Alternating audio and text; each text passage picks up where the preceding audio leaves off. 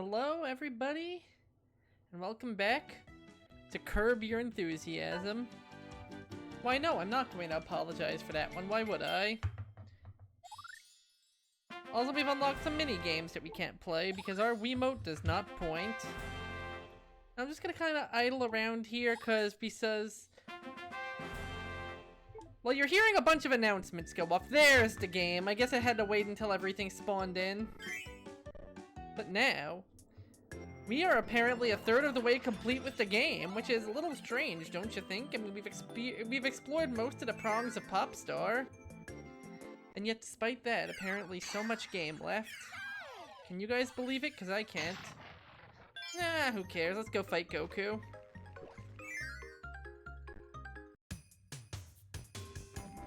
It's it's a snow level, and you know what that means.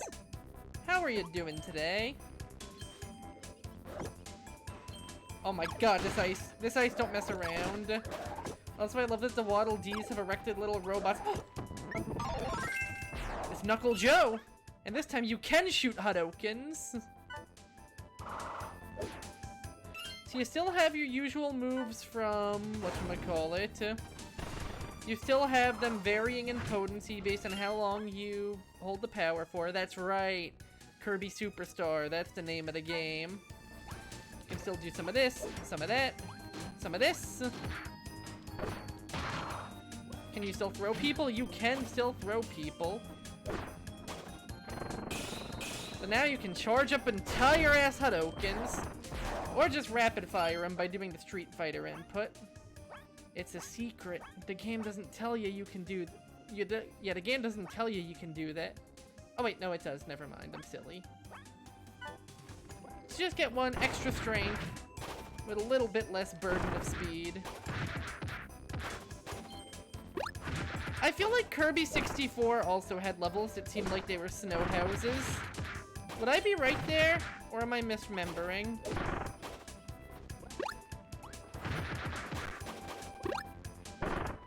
We gotta keep an eye out for energy spheres.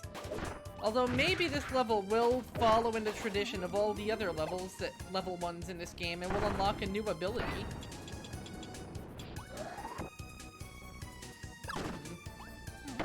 Also, I get the feeling that if I'm gonna progress, I'm not gonna want Fighter. Sorry, Waddle Dee. I need to get my hands on Chile over here. I love how Ice Kirby has one of, like, the only unique runs in the... Oh. Oh, you are the motherfucker. Alright. How about a little fire, then, Scarecrow? Or I guess Snowcrow? Ah, well, doesn't matter. Got Sphere. I know we've already used the Snow Bowl in a level before, but I wouldn't be surprised if it reappeared here. Oh god, not the feral hogs. Picking some amazing timing for showing up.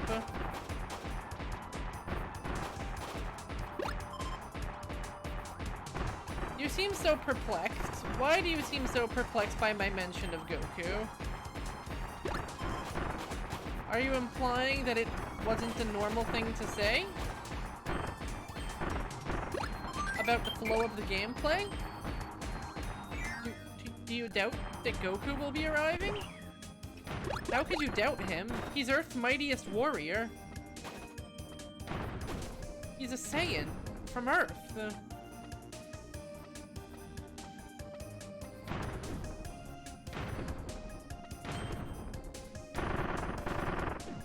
Can't believe you doubt him. After everything he has done for the people of this planet, you're just gonna doubt him. You're just gonna think he's gonna ghost me. He's not gonna show up to my party. Like you think he's trying to take my birthday away or something. Wait, no! Okay, good, I get the chance to go back.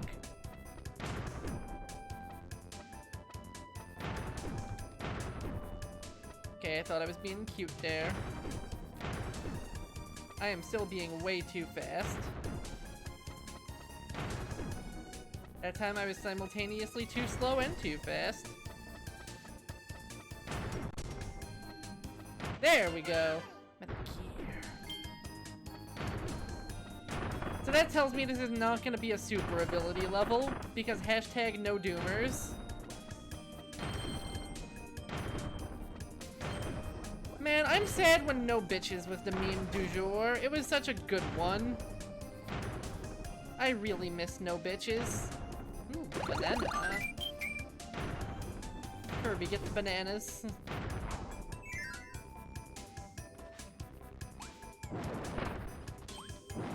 Haha, get flamed on. Man, now I'm remembering this one video. This one video I keep seeing on Tumblr for Flame on Friday, which is just this one scene from like a Fantastic Four show. that looks like it was just unrelated footage of someone's shitty SoundCloud rap just put onto the main product. But no, it actually was a moment from the show. They're not lying, they are not playing a trick, they are not deceiving you. It is completely unedited footage. You can look it up on streaming services and see. And like, I wish I could find it offhand, because what a goddamn concept.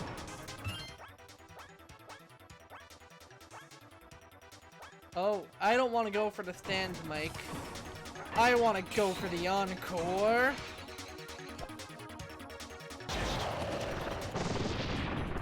Take that, Gigant Edge. Sorry to have to Gigant Edge you like that, buddy, but... And that may be the weirdest application of a mini-boss power I've ever seen. Use this mini-boss power to pick up a better power for the situation than the one we gave you. Just do it, coward. And now me and Sheriff Kirby can go get some snakes out of some boots.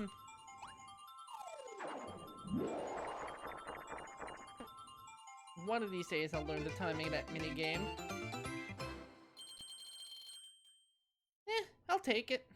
Especially because it's not like there was much puzzle solving in that section left.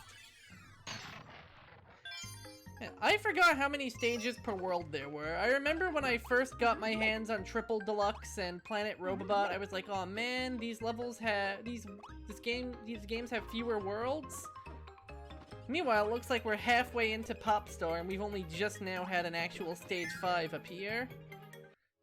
So I guess it's just higher amount of levels versus higher amount of worlds.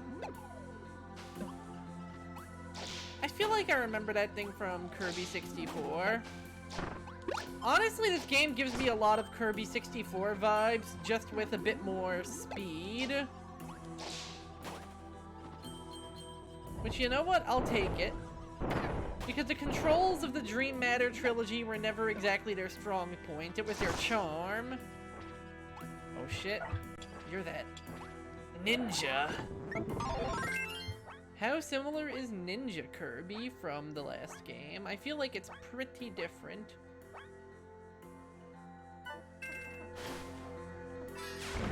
Yeah, now we can summon giant Kabuki fans. Oh wow, there's a lot of stuff that can be done in this with this. Still throwing those kunai.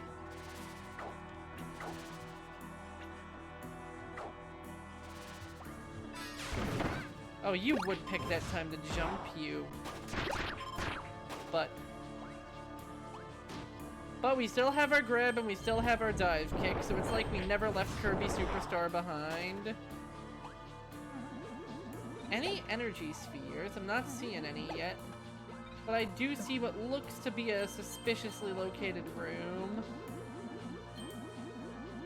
Oh, a test for my ninjutsu. Now I can hone my abilities.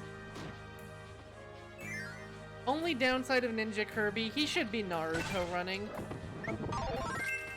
Am I right? Or am I so flippin' right?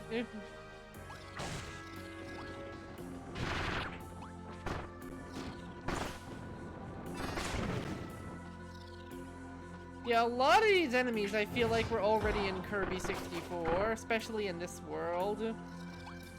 But don't worry, we're not on Shiverstar. Shiverstar cannot hurt you. And we're done with our ninja training because I need the Fuego. I am a little sad the ability roulette is gone, but I'm also kind of glad because I feel like it was more of an inconvenience than a convenience in a lot of regards. And damn, we kind of clutched that one. It would be. I mean, Kirby doing anything is basically the cutest thing.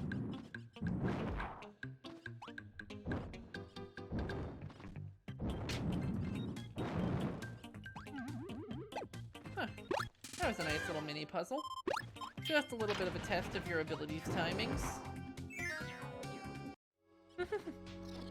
A little bit clutch, yeah?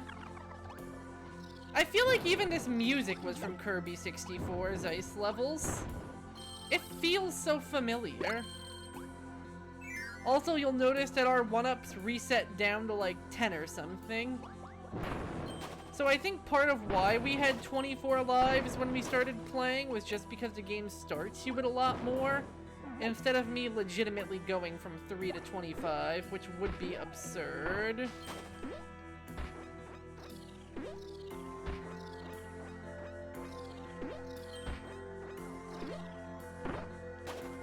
Look, if Mario's not gonna bring back the Goomba shoe, then I know Kirby's got me. I am a little sad that I think Star Allies as well as Forgotten Land kind of toned down the number of power-ups a bit.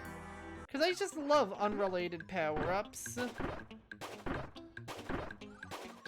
Ooh. I slammed my chances in the car door. There we go, that's better.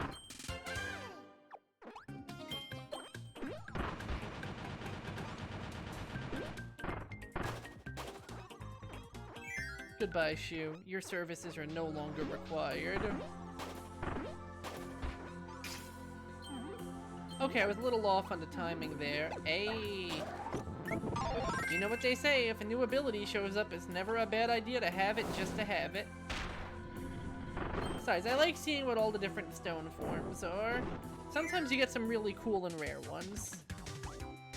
Oh, or the game could just tell me to get stone by just putting it there. Now you sit back, you enjoy the ride, and you get booby-trapped. Cute. Very cute game. I like that it even gives you stone back over here, so there's no hard feelings. That really is a little cute bit of level design.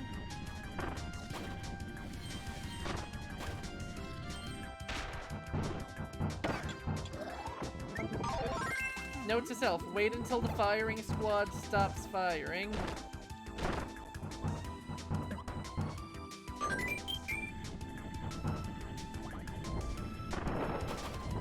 I just know it's... Oh, and that's good training, because if you don't let go here, you're just going to end up falling down a bottomless pit. I see you, game. Very, very clever. And your reward for keeping stone... fruit. You may say, but Joe, the game just gave you stone right there, to which I say, shh. Uh-oh. I was right, we are encountering the last of the super abilities. I forgot there was a super bonkers.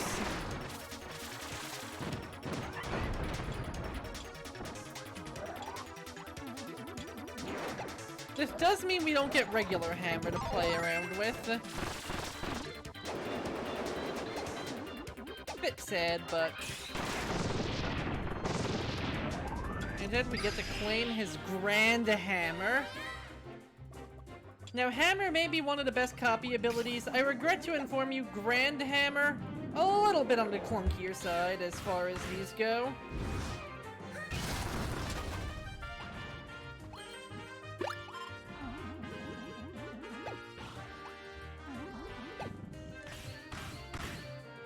But it looks cool.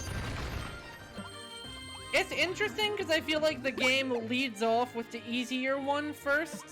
Because Ultra Sword is such a no-brainer. Then it takes a little bit more positioning for each successive one.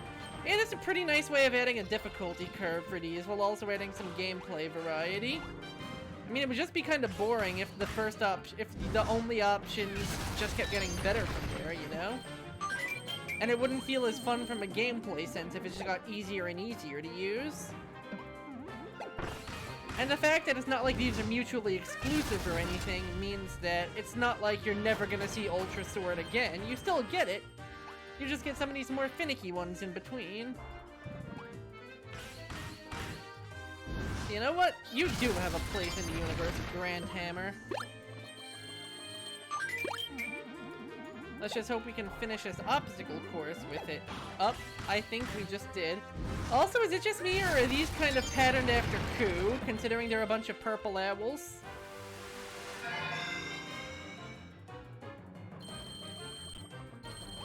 Either way, your service is no longer required, Grand Hammer.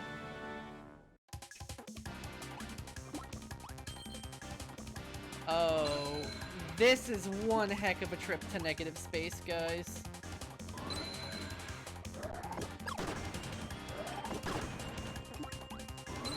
We're gonna have to platform without our hover because we're holding keys. We also can't use our crutch shortcut of just spitting things at the negative space to hold it back. Well, except for here, where we totally can, and in fact are supposed to. Oh my god, look at them little D's.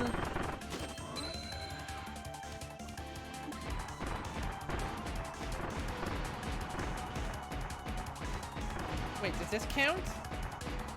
It does not. Your guns are useless against negative space. Yeah, fuck that, I'm running. Fuck that, those Waddle Dees are running too. Look at them, their little puppet. God, I love Waddle Dees. Whoop. Oh, it's slippery. I wonder what sort of doomer we will face here. Surprise! You were expecting an ice doomer! Here's lightning doomer!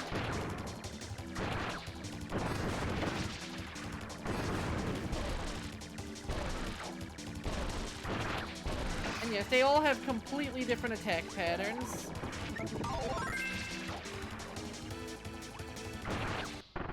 But they all die just the same. Looks more birdie to who?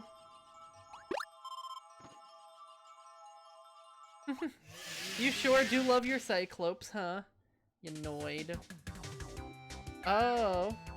Yeah, they all kind of look like that, but I guess the green really brings out the vibrancy of his plumage.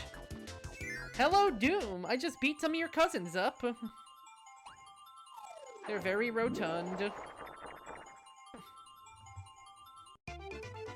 Those are sphere doomers. They feast off of the energy spheres that we need to power Magalor's ship. Which is bad, because he kind of would like to use those to power his ship. Wait, are we just fucking playing a Hat in Time again? Are we just going after hat pieces again?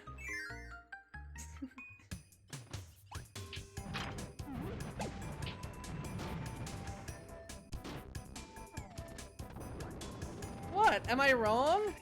We need to collect a bunch of hat pieces so that we can make sure we can leave the planet full of quirky individuals.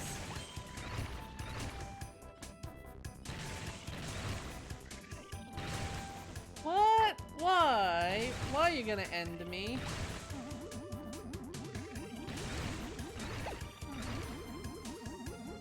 Man, now I'm remembering that Malachi Black's original name was Tommy End. And look, I love the last name. It's got some great energy to it. Thank you, Doomed. It's got some great energy to it. But Tommy is not a very, impressive name. Like, I don't know if I would be less intimidated by a Tommy or by a Kyle. I need you guys to help me out here. Is Tommy or Kyle the less imposing name?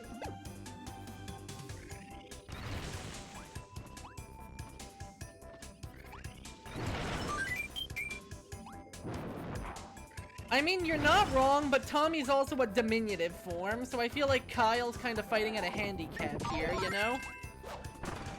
Like, you're almost as non-threatening as somebody's, like, cutesy nickname for themselves. Like, I'd be more intimidated by a Thomas than a Kyle, easily. Like, I wouldn't go out of my way to be intimidated by a Thomas. But if some guy told me he was gonna fuck me up and then he announced his name was Thomas, I'd buy it. If he told me his name was oh my god. Pretty much, Dawn, pretty much. It's interesting that House of Black won the feud, but Pac won the North Atlantic Championship. Well, not the feud, but won the multi-man. But then Pac won the North Atlantic Championship. I wonder if we're going for a rubber match? I mean, I didn't expect there to be even more House of Black versus Death Triangle, considering that, you know, they were fighting for a long-ass time. But I'm also not going to complain about it, because they're some of my favorite violent guy stables. Right after the Blackpool Combat Club. AEW sure has a lot of violent guy stables, huh? So many supergroups that can be summed up as our alignment is hit you. And they're all different flavors of it too. You have asshole luchadors, asshole spooky boys, and then you have assholes led by a Britishman. A legendary Britishman. I would unironically consider the Blackpool Combat Club like a legitimate wrestling supergroup. Wow, that was demonstrably unfair. You know, you're not wrong, like, half of them want that, and half of them are like, you know what, I want to be Pee-Pants the Clown. And some people are like, I want to be Pee-Pants the Clown, and also inflict untold amounts of violence on people. In other words, wrestling is a land of contrasts.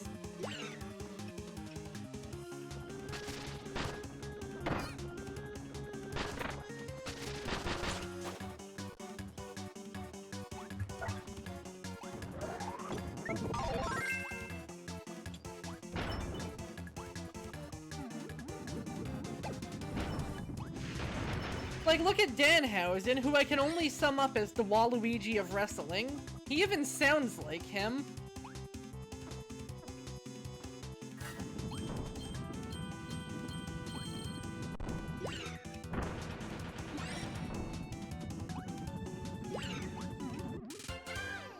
And you can't even tell me I'm wrong for thinking that, because dude sounds like Waluigi. Oh man, fire your controversial wrestling opinions. They are always welcome in this here chat.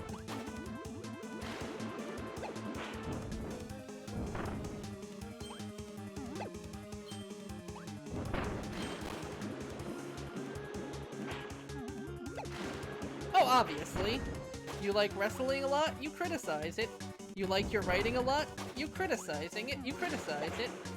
Which is a shame, because your writing is really, really good, but at the same time, you criticize it in a healthy fashion, for the most part. And whenever you criticize it in an unhealthy fashion, I punch you in the kidney until you remember that you are loved. Anyway, asides aside, what did you realize?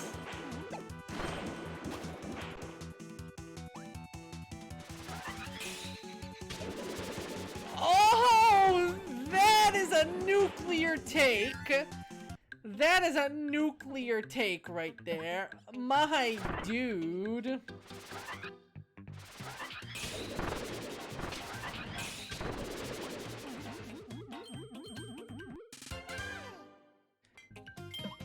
I will say, Shield era Dean Ambrose, I can absolutely get it. And there were also some great parts during his Rollins feud, even if they were a little bit more slapsticky than some people would like. Sometimes I think people take wrestling too seriously. Once it started getting into the point where he was basically being written as a comedy character, that's when I started falling off the wagon, and I think the current Jon Moxley is in a better place. But I absolutely do see what you mean on... Oh, thank God that thing respawns. Wait, why did it even... in the first... Oh, okay.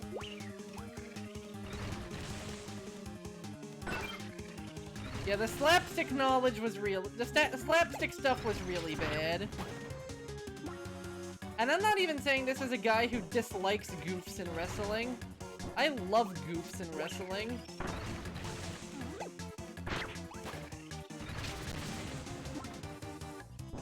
But some of it definitely started to reach a point where it was too dang much, man.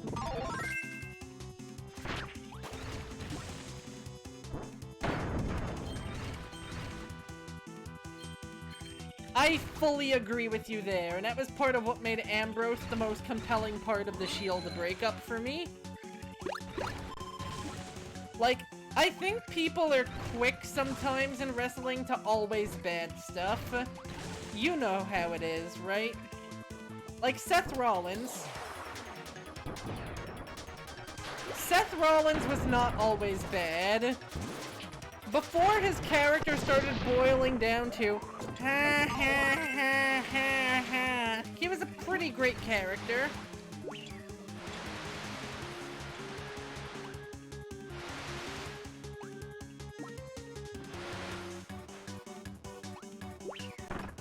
But just because Vince flanderizes something doesn't mean there was potential there. I do agree that we don't usually get to see the more multifaceted sides of Moxley. I think we got to see it in his feud with Eddie Kingston, for example. And his feud with Eddie Kingston might be one of my favorite things that both men have done. But he does very often go to the "Hi, my name's John Moxley and I beat people up" club. Like, you know, well. And you can do that. You can do that and still be a compelling character. Once again, see Eddie Kingston, who has literally tried murder. Or Bryan Danielson.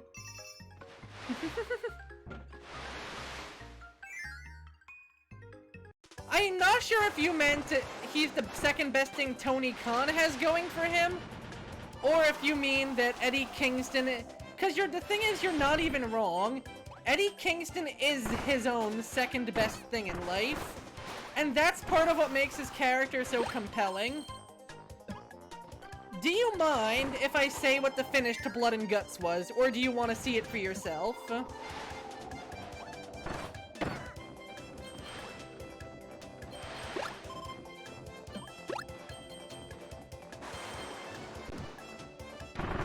Okay, so we're at the apex of the feud between Eddie Kingston, the Blackpool Combat Club, Proud and Powerful, you know, his entire little band of anti-Chris Jericho allies, and the Jericho Appreciation Society, which has recently re-recruited Sammy Guevara. Because Sammy, your face turn was not working, you returned to what you do best. I respect you for it, man. But I am really hoping at some point he can unsuckle himself from Chris's teeth. Because he's got the stuff. I just don't think he has it all quite put together yet. You know? But I digress. So the Jericho Appreciation Society is feuding with the Blackpool Combat Club, the remnants of Jericho's old stable, and Eddie. And since Danielson's injured, they have to draft in a ringer. It's Claudio Castagnoli, the former Cesaro, who on one hand, amazing wrestler, fits the aesthetic of the group really well. On the other hand, Eddie Kingston hates him. Which, you know, not anything unusual. Eddie Kingston hates anything with a pulse, most things without it, and also God. I will never forget the promo where Eddie Kingston addressed his enemies and he literally opened with God. That was such a good moment. And I am so happy that wrestling exists. But I digress. Claudio is on that enemies list. But they're on the same side, so Eddie Kingston just has to nut up, buck up, and I was tricked, I was bamboozled, I am a fool, boy. Please to kill me. I will sack a 1-up to save myself rerunning this level. So anyway, Eddie Kingston just has to deal with it, the fact that he is now on a team with one of his many enemies. Oh wow, look at that Mercy HP, leaving you with just a sliver left. That's pretty neat. Okay. No more sidetracks, no more distractions, the Ballad of Eddie Kingston. So Eddie and Claudio on the same team, and at the end of Blood and Guts, they're both on top of the steel cage. Cesaro and Eddie actually has Chris Jericho, who on this long list of enemies is currently his biggest enemy of them all. He has a problem with Eddie, he has a problem with Eddie's friends, he threw a literal fireball in his face at one point. A lot of bad blood there. And Eddie has him in his submission finisher. It's almost time for the end. He's about to tap. one of Jericho's boys comes up to try and bail him out. And here comes Cesaro, swooping in like a literal Swiss Superman. I'm sorry, Claudio, I guess, if I'm using his proper name now. But either way, comes swooping in like a literal Swiss Superman to keep this guy off of Eddie's back. They're in matching submission holds. It looks like the match is finally about to come to an end. But Jericho doesn't tap. Jericho's stooge taps before he does, sparing Christian dignity, and most importantly, taking away Eddie's win. Not the win of the match, because they're on the same team. If Cesaro wins, Eddie wins too. But he took the personal satisfaction of making making Chris Jericho tap out right from Eddie's hands. And as a result, Eddie can't even bask in the win. He just looks at his hands in disbelief, feeling personally slighted by his own teammate, knowing that if he had a say, he would have picked his individual glory over the good of his team. Because in the end, Eddie Kingston may have many enemies in wrestling, he may have many enemies out of wrestling, but Eddie Kingston's biggest enemy will always be himself. The fact that nothing is ever good enough for him. The fact that things could go exactly his way, victory could be handed to him on a silver platter, and he would find some reason still to take umbrage with it. Because he is Eddie Kingston, a man primarily defined by being confronted by his own demons, with himself being number one among them. God, I love wrestling. Pretty much, Dawn, pretty much.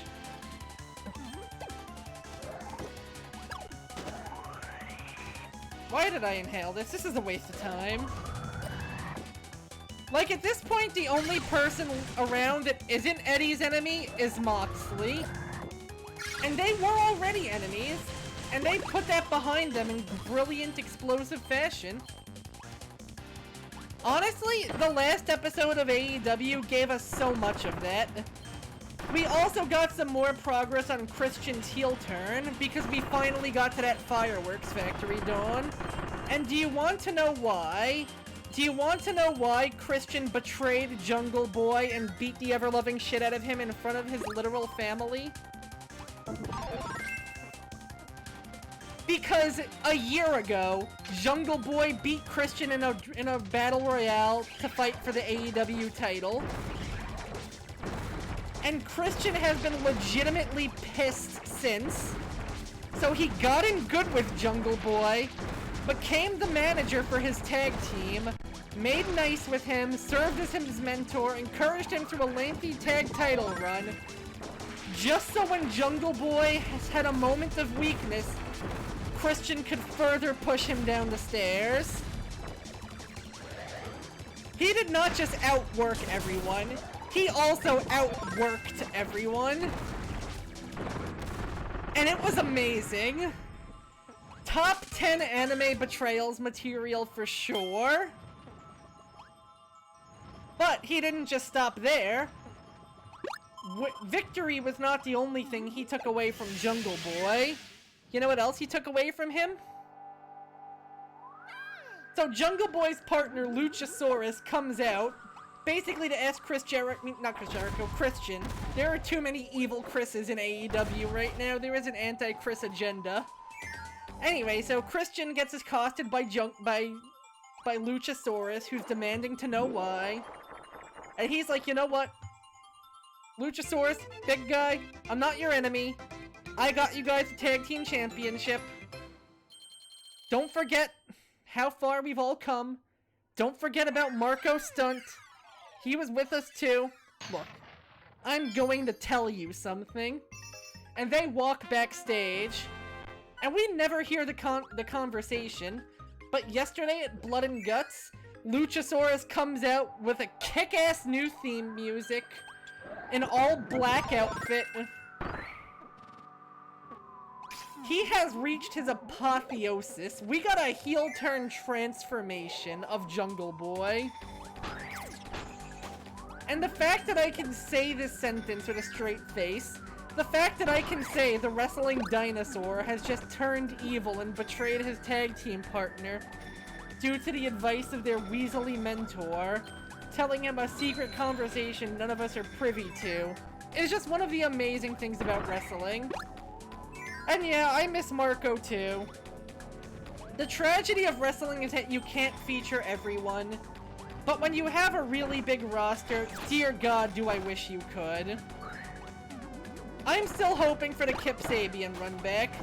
They have been doing way too much conspicuous pointing out of Kip Sabian's existence in the audience. I think he's gonna try for the run back, and I don't know if he's gonna be messing with Miro again, or if he's gonna be trying something completely new. But I really want to see it. Especially because the dude is in amazing shape now. So once he takes that box off of his head, I think we're gonna get something crazy going on.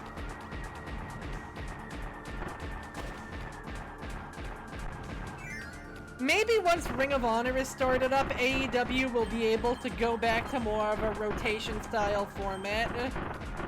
Because they have way too many people as is. And like, I love all of those people, but dear God, the Fed is overstuffed, and once ROH gets a TV deal, I really hope they split the roster in half.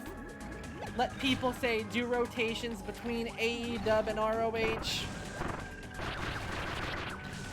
Maybe once the New Japan partnership is all, like, solidified, thanks to Forbidden Door being a success, then maybe you could have it so you have some people doing more tours in Japan. Oh, I almost got crushed there.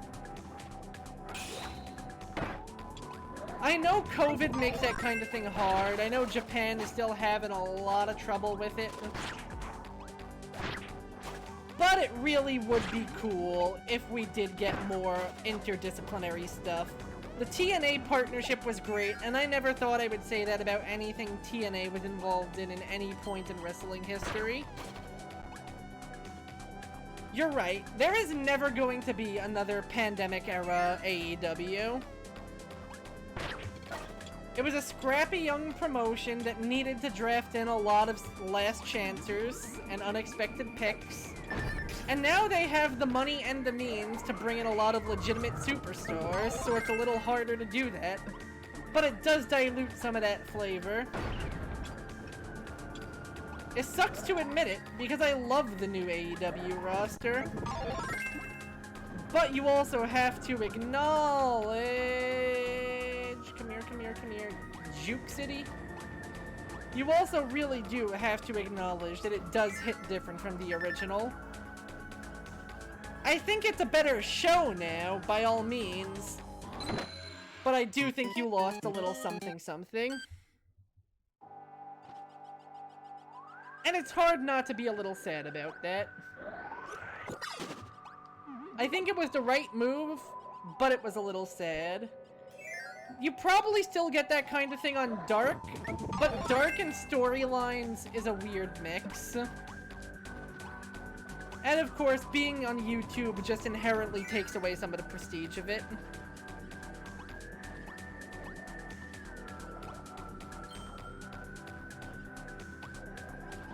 But there is a charm to something that's flawed and interesting, even though now you can have something a lot more technically robust, but also a little bit more standardized. And I feel like I'm missing something here. Am I missing something? Ah, well, we'll figure it out.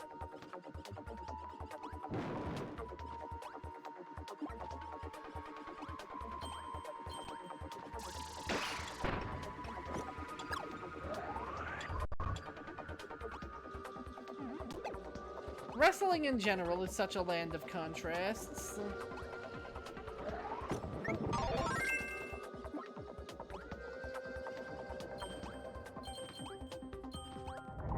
You know, that is a good point.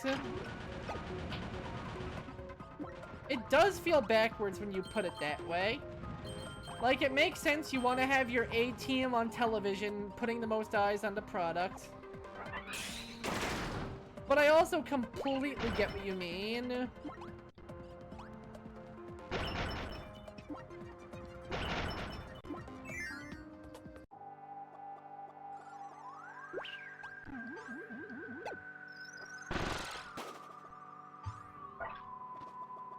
Oh, I know what I need to do.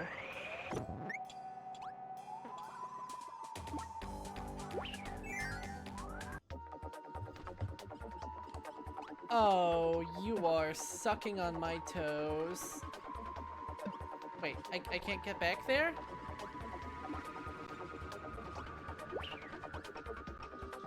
Hey Riri, how's it going?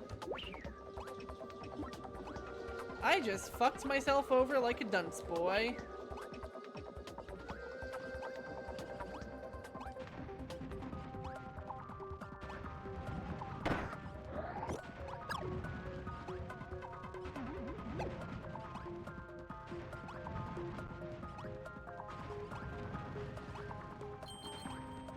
What motif? Yeah, we're gonna need to come back here.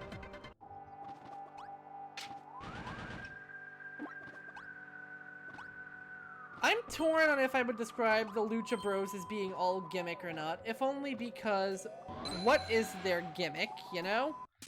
Like, I feel like they almost have 3 different gimmicks. That's true, this Kirby game does go ham on the Liettes, and I love it. Modern Kirby is super defined by its Liette motifs and remixes. Even Forgotten Land, which had so many new songs because it reused so few of the old ones. That's true. I feel like Flips kind of straddle the line between gimmick and moveset, you know? That's true. Penta has the taunts and he has the whole Skeleton Man thing. And then you have Ray Phoenix with the gimmick of he must be a real-life Phoenix with how many times he comes back from the dead. Because, my man, stop being injured so much. You're scaring me.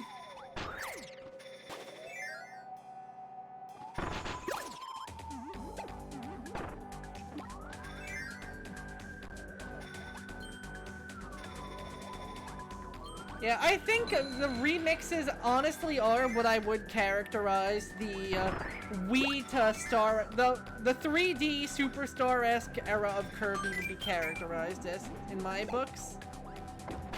You have a lot of recurring ideas. They basically took the best parts of all the games that came before them. Didn't really, innovate a ton. Instead, they just focused on giving you as comprehensive and solid of a Kirby experience as you could get, using the best building blocks from all the other games. Like, you have Squeak Squad-style progression, Superstar-style movesets, more of a puzzle focus like the Dark Matter trilogy. And now Forgotten Land is, well, the new world of Kirby. I think Kumazaki was also on Forgotten Land, but yes. You can really feel the characterization of Kumakaze as the guy running the show. He's basically Kirby's second daddy. And honestly, with how much time Sakurai spent splitting the development because the Dark Matter trilogy was a separate developer, I would almost argue he's Kirby's most consistent father at this part. Yeah, I really don't know what they were doing with the whole Penta Oscuro thing.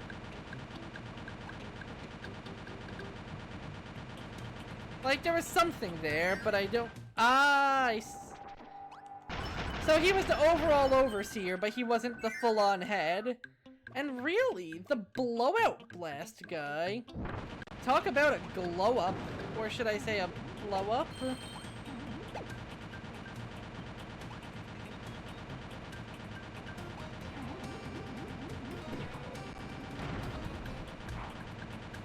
That does make sense when you put it that way. That does make sense when you put it that way. I officially see what you mean.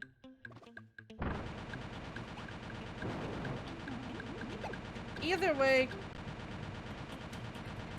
Kumazaki is great people, and I approve heavily of his work. And he's the guy that made people recognize that King Dedede pretty swell guy.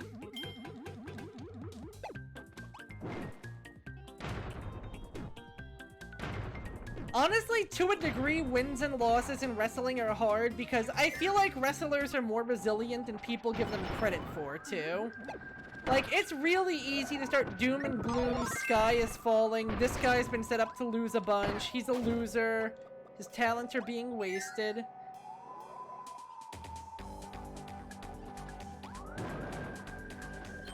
But I also feel like wrestlers bounce back really quick as long as you put a hot program under them.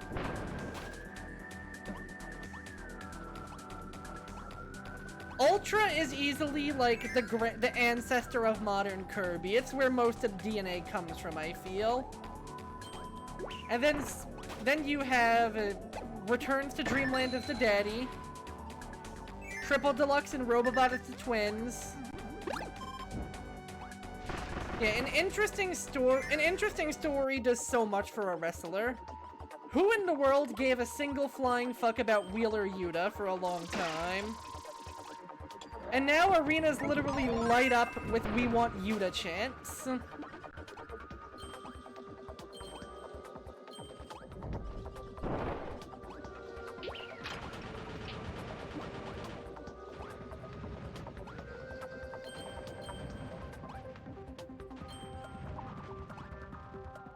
Or, for example, Miro. The guy's out on injury for a while, disappears for a bit to film some stuff, kind of leaves the title contention as a result. And then he shows up like, "Ha, yes, it's me, Miro. I'm back and I am here to kill and overthrow God."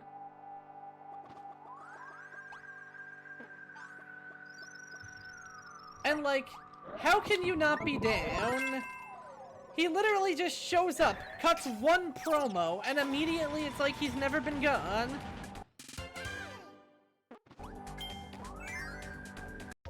And yeah, I agree with you that that's part of what makes Lucha Underground some of the flat-out best wrestling, period. Because Lucha Underground got that story was king, and it was not afraid to go full stupid with it. I'm sad it didn't catch on, and I almost feel like in a post-AEW world where wrestling is kind of having its best resurgence in a long time. Because I feel like there's more eyes on the product now than ever. Like, it is the best time to be a wrestling fan since the Attitude Era. It's not even perfect. Because, God, nothing is perfect. But it's in the best position it's been in a while. And I feel like in this new ecosystem, something like a Lucha Underground really could take off and succeed again. Especially if it was on, you know, a bigger and better channel than the El Rey network. Oh, absolutely. According to Miro, God is not perfect, but he is. So he will overthrow his old master and right what had once gone wrong. Again, we're talking about professional wrestling here. As a reminder for anyone who's showing up late. Let's do this fighter to fighter, Goku.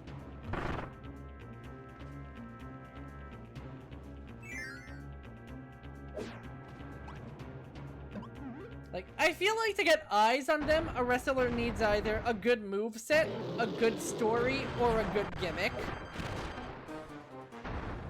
At least one of the two. At least not one of two, at least two of the three. If you only have one, you are a one-note pony. If you have all three, you're a whole goddamn package. If you have at least two, there is a position for you on the card. I told you, Goku! Dude just went Super Saiyan.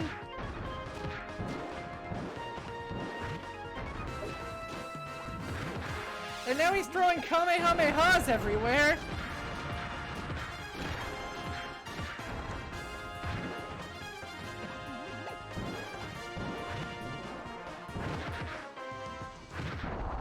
Look, to quote wise philosopher and noted video game pirate, Soulja Boy, bitch, I look like Goku. And with Goku down, we get The emblem! All we need now is the mast.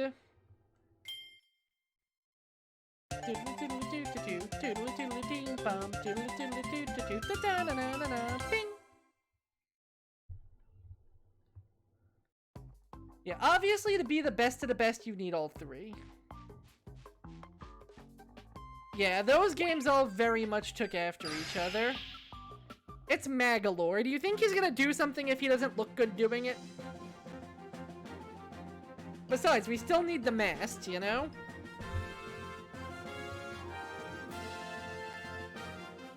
Which is a pretty big deal when you're a space pirate ship.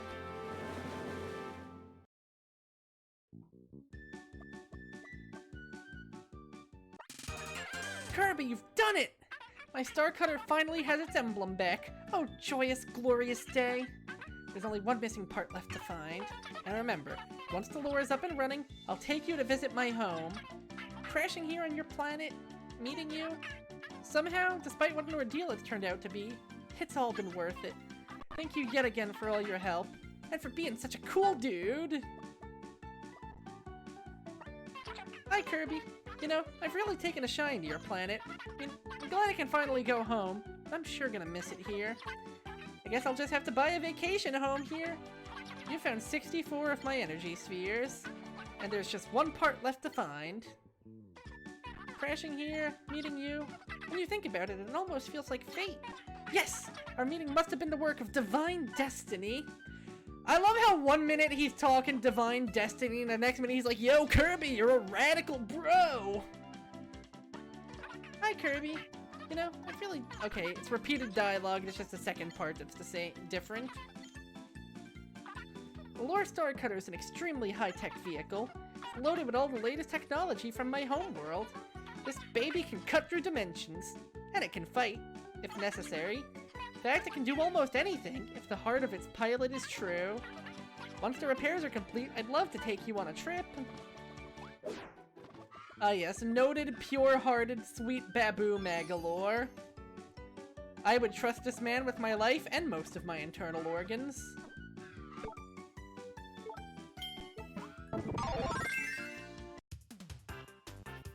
Let's see. We have the mirror world. We have another dimension.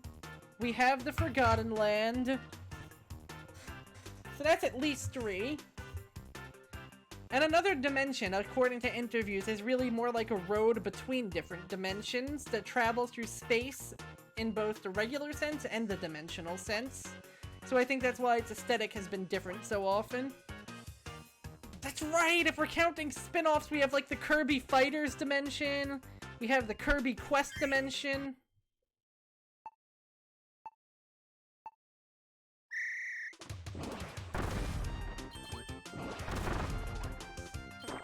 And you know what, Doomed? I do think you're right. I do think at least having a balance of them all is, if not absolutely necessary, then certainly ideal, you know?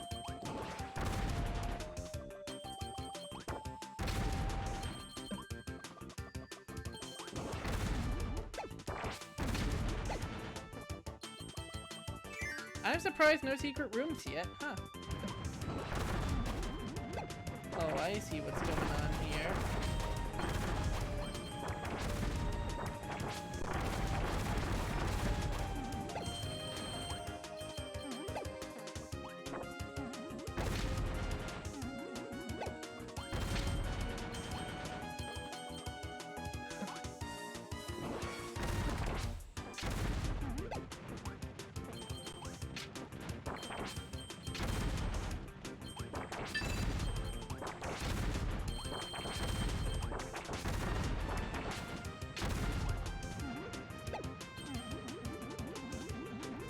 Yeah, having all 3 is definitely the ideal. That's right, I forgot about Patchland counting as another dimension.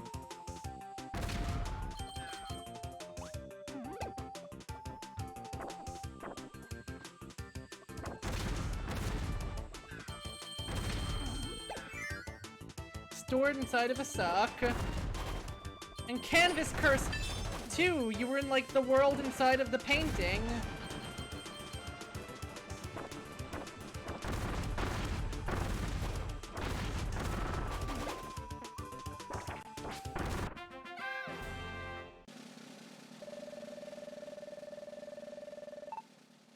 You absolutely do need something.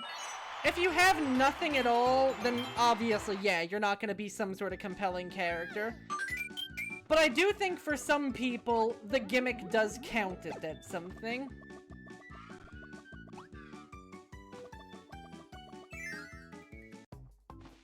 Like, it's basically half of Wrestling Giants.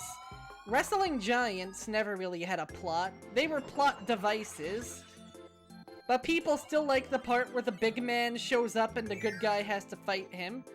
I guess that does still count as reason to be here, though. I'm trying to think what wrestlers there are, if any, whose entire plot really was just kind of I have an gimmick. Because I feel like there's some, I really truly do. But who they might be, I'm not 100% sure.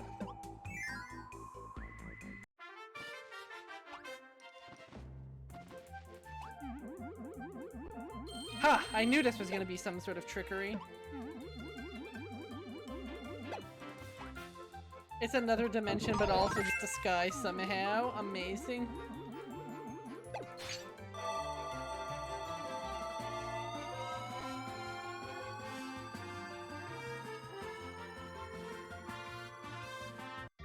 They really did. I wonder if each of these levels is gonna be based on one of the other worlds, and then we end in like some kind of spacey one to wrap it up. It's like one desert, one water, so we have grass, water, desert. I love how we even have like the first enemies coming back, like Waddle Doos and Blade Knights.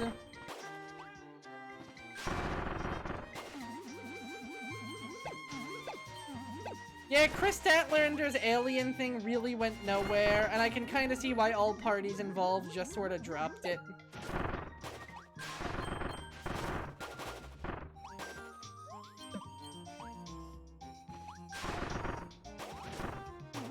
It was a bit of a shame, too, because even if it was kind of a nothing, it was a fun thing, too.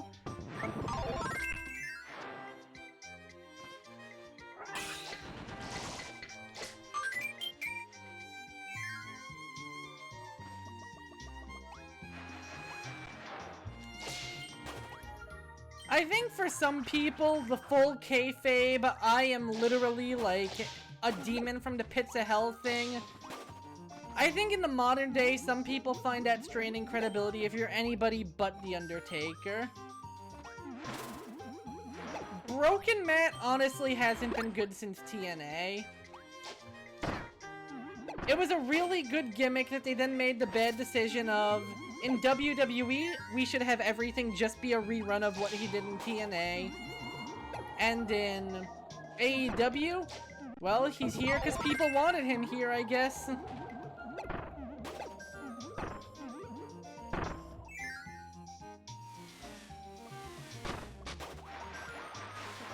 I do agree with you that I wish we did get more leaning into the weird and the wild.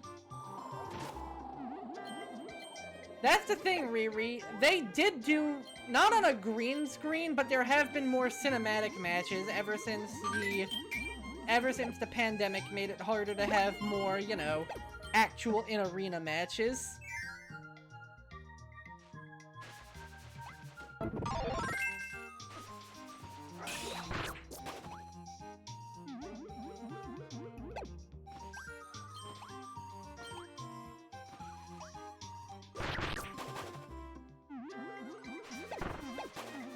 If anything, the most consistent gimmicks get is on, of all things, being the Elite, where it was apparently canon that for a while Adam Cole was dead.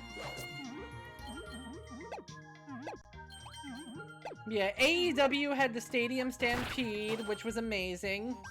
So amazing that even without COVID, we still get matches like the Stadium Stampede and various successors, like Anarchy in the Arena, which has to be one of the most unique wrestling experiences I've ever seen. Although even then, it is still very much people beat people up rather than doing something completely ridiculous.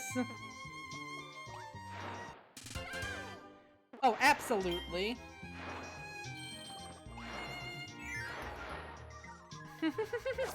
Hopefully never. Though I would not mind... Oh my god, that was close. Thank god I could cancel my dive kick. I would not mind if, now that everyone else under the sun has been possessed, we get a game where Kirby's the one to get possessed by dark matter or something anyway. That would be such a good fight. Yeah, it sucks because wrestling is such a land of contrasts. But finding out how to best organize it is really hard. You need to make room for the mid-card matches. You need to make room for the upper-card matches. You need to make sure you're making room for those matches in all of your divisions. You need to make sure there's room to also set up storylines and angles. They really kind of did, didn't they? Huh.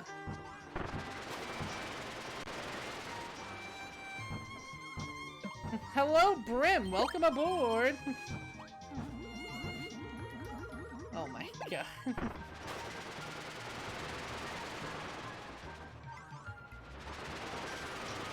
Wait. Up. You don't put a hole in the clouds and not hide something in the hole in the clouds. Yeah, Metal Gear.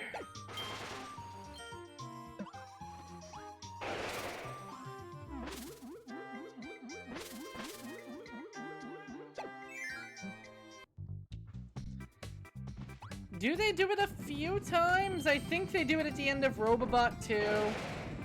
I don't know if it's a fake out in Triple Deluxe, but you did have DDD needing to rescue him.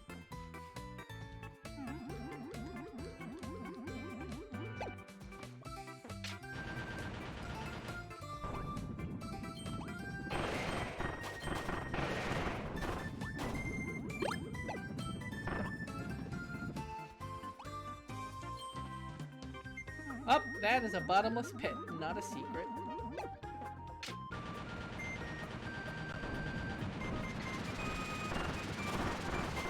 This is still level 1, right?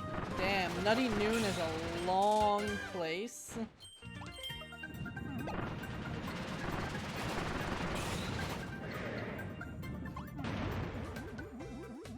That's true, that is very true. That's how you get people who feel slighted if anything happens as opposed to their expectations. Though then again, worse than that, you have writers that are now hell-bent on making sure that no secrets of a work are ever predicted. Marvel movies do not need to have their scripts written under the goddamn cover of midnight, changed on the fly so the actors can't spoil, with every part their own blacked out. Not even the people playing their character knowing the context of their scenes. That is no way to produce cinema, if I'm being honest. Also, it looks like my theory is right, because now we're in the desert.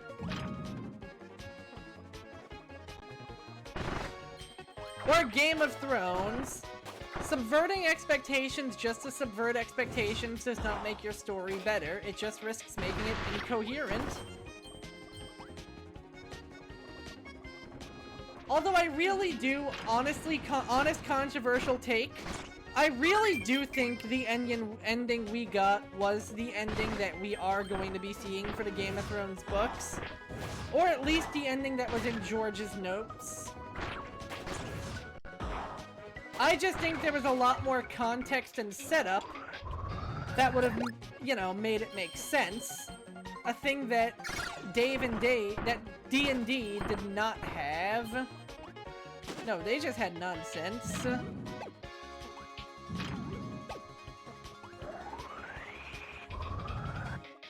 I don't trust this. I feel like there's something more to this area.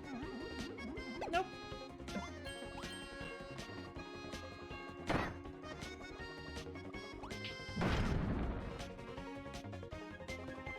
Like, the Red Wedding, I'm gonna be honest, the Red Wedding did not exist just to subvert your expectations, and in fact, if you look at the show from the lens of the show that Game of Thrones is providing, stuff like Ned Stark's death and Robb Stark's death and the whole Red Wedding thing, those were not subversions of expectations.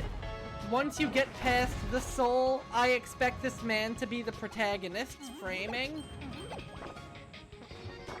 They make complete perfect sense and can be easily seen coming if you take the world that Game of Thrones takes place in at face value. Namely that the Game of Thrones is a world where it doesn't matter how good you are with the blade, you need to be able to navigate, you know, the Game of Thrones. It was easy to think Ned Stark was the protagonist at first, because he's the honorable man who is above all of these political skirmishes. And he's played by popular actor Sean Bond. So if there is a protagonist for Game of Thrones, he seems like a natural candidate for it. Exactly, Doomed. Exactly. It all makes sense in the show. It isn't done just for shits and giggles. It catches your narrative off guard, but it fits the... It catches, like, your expected narrative framework of a fantasy story off guard, but it fits the narrative of Game of Thrones perfectly. Ned Stark seems like the honorable man above politics who is going to bring justice to this world, and he gets a knife in his back because all of your honor and all of your skill on the battlefield don't mean a thing if you don't know how to play the Game of Thrones. It's literally why the show is named what it's named. Similarly, Robb Stark. He ignores the right thing to do societally, so that instead he can do what he feels is the right thing for love. And you know what? Again, not only does that get him killed, that gets his family killed, that gets the North in the hands of people who wish for it to be dead, and it leads to all of the horrible Crimsy Ramsay stuff. Fuck Ramsay Bolton. It was like they were like, shit, okay, we know Joffrey's going soon. How do we keep the flame alive? Joffrey 2, baby!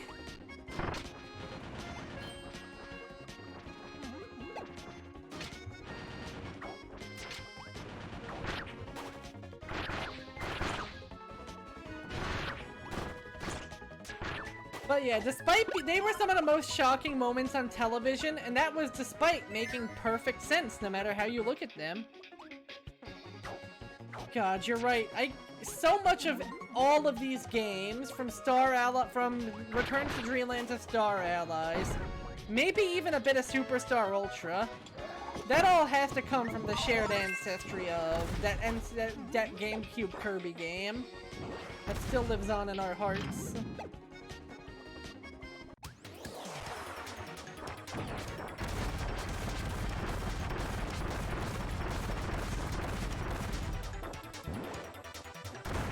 Yeah, exactly.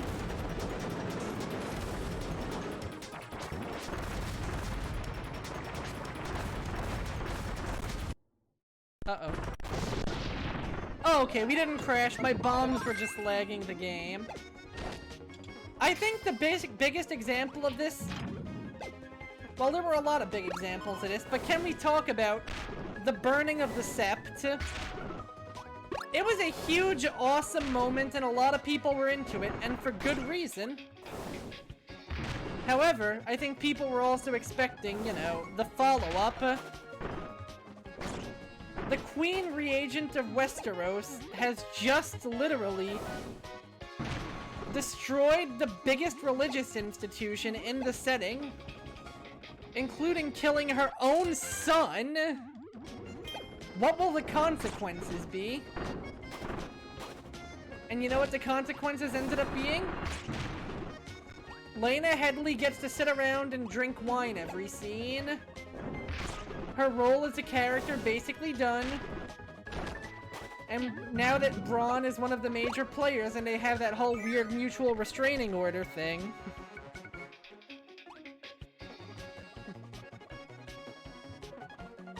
I mean, Cersei was never the smartest, and that was okay. Cersei was a character who thought she was amazing at playing the game, but she was really good at thinking one step ahead of everybody. The problem is a lot of other people were really good at thinking 2 steps ahead. The stuff with the High Sparrow, really good. That was the kind of conflict I would expect from a show like Game of Thrones. Problem is, they didn't even have her thinking that one step ahead anymore. Everyone in the show who we were told was a smart person, Littlefinger, Cersei, Varys, freaking Tyrion.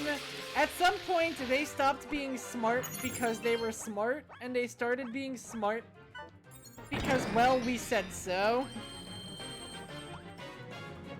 Exactly! That was Cersei's hat in the Game of Thrones. Littlefinger was the guy who was of all the big thinkers, Varys was the guy who wanted to build a better kingdom no matter the cost. Littlefinger was the guy who wanted to secure his own destiny. Tyrion was the noble man who was nonetheless powered by spite.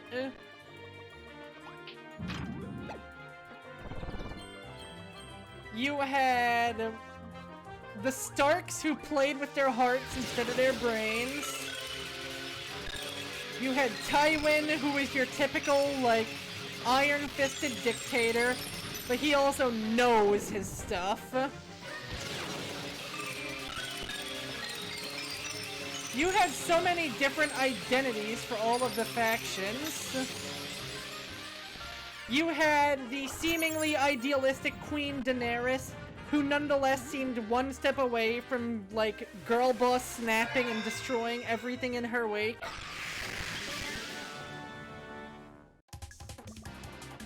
That's the thing, she avoided her lose conditions, but her lose conditions were also constantly scheming in the background.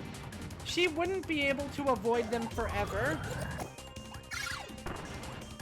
And you had that catching up with her with the High Sparrow, where the one time she underestimates a lose condition, it makes her pay.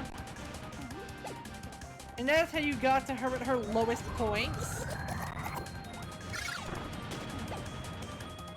It used to be fun doing, like, the power rankings for Game of Thrones, so to speak, where you were looking to see who's in the best position, who's in the worst position, who had, like, the biggest change this episode, how are the Starks doing, how are the Lannisters doing, how's Daenerys doing?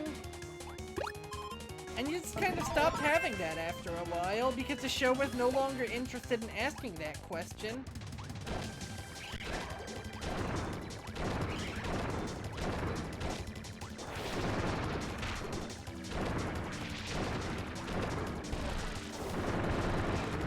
Oh, that was close. And it's a shame, because it was a show that used to be so good at setting them up. And then at some point, the combo of no longer having a cheat sheet to crib off of, directorial apathy, and just wanting to move on to other stuff, it got to him. The show never recovered.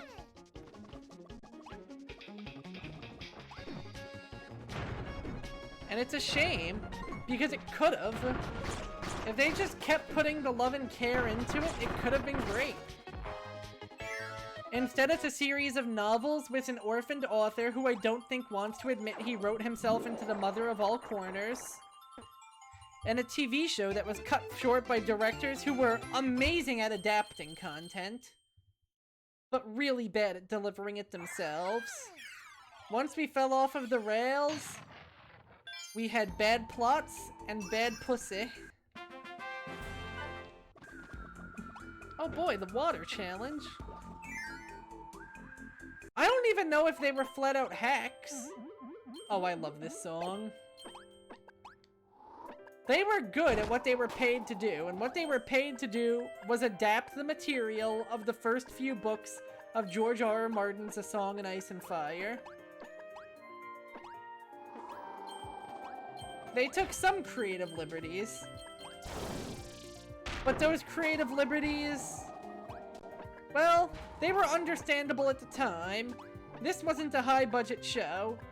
We can choose to adapt Dorne, or we can choose to adapt the Iron Islands. They picked Dorne. Understandable choice on the surface of it. Problem is, they proceeded to not do very much with Dorne in the end at all. Meanwhile, all the Iron Island characters turned out to be crucial to the plot, so they were just kind of like, well, shit. We bet on the wrong farm. They're hacks at creating content, but I think they're really good at adapting content. Not everybody can be a writing polyglot.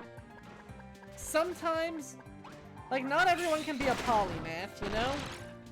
Sometimes you need people that are really good at one thing. They were really good at the job they were chosen for, and they were really bad at the shoes they were then hired to keep filling.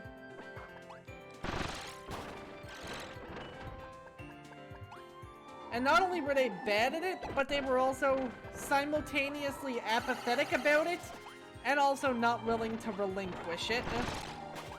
And that's how you get HBO practically flinging money at it, begging them to stay, and they're like, I think I want to make a show about the Confederacy, I think I want to do a Star Wars Netflix deal. And well, all of that went up in smoke when they fucked up Thrones, which is a nice it was a nice lesson to know that sometimes fail sons can indeed fail. They're not always bulletproof.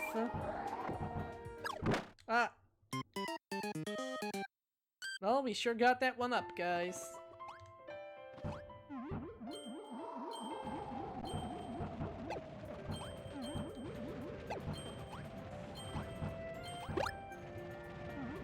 There's gotta be some energy spheres I'm missing, right?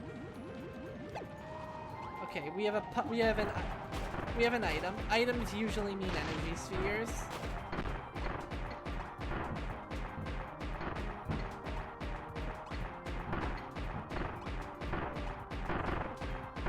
They really did, which is legitimately impressive and also kind of frightening. And it's ironic because, like I said, I really do think this was the ending we would have gotten with George. It was just stripped of any and all context, any and all elaboration, and any and all reason to care.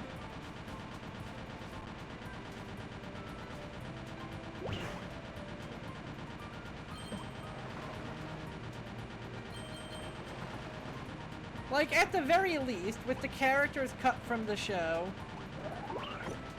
Also, I love how the Key Ds have little monkey tails. Like, with all the characters that had to be cut from the show, it's blatantly obvious not everybody that would have been in the finale in George's drafts, you know, actually was in the finale.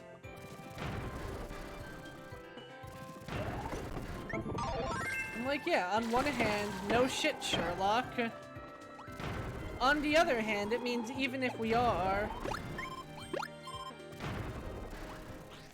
I feel like the one thing they found themselves cutting the most often was the magic. They cut Lady Stoneheart. They cut all the stuff that made Euron Greyjoy cool.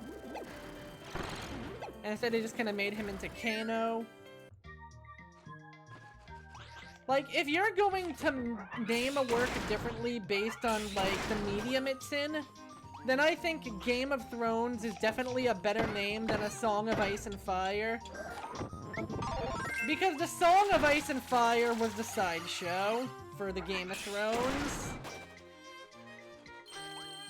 Or at least with the budget they had access to, it probably should have been.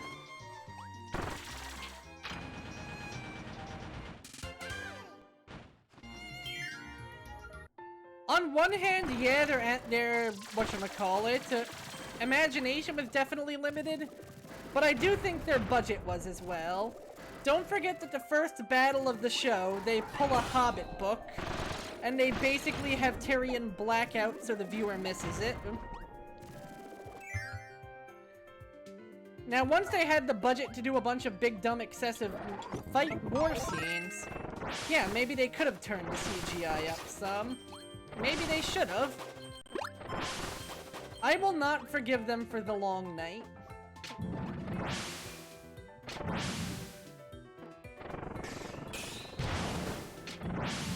The long night was absolutely a failure in every sense of the word. And no, I will not accept "it's nighttime, dude, it gets dark" as a response.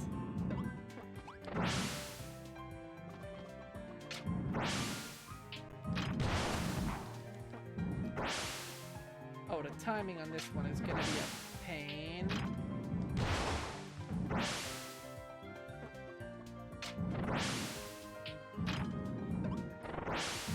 Oh, there we go. That's true. By the time Stoneheart would appear, we had the Red Wedding. People were all in on the show. And it's not like HBO wasn't like, by the end of the run, we will give you guys all the money you could want. We will give you guys all the episodes you could want. Them bailing on the series and not at least passing it on to a different director afterwards, that is entirely on them.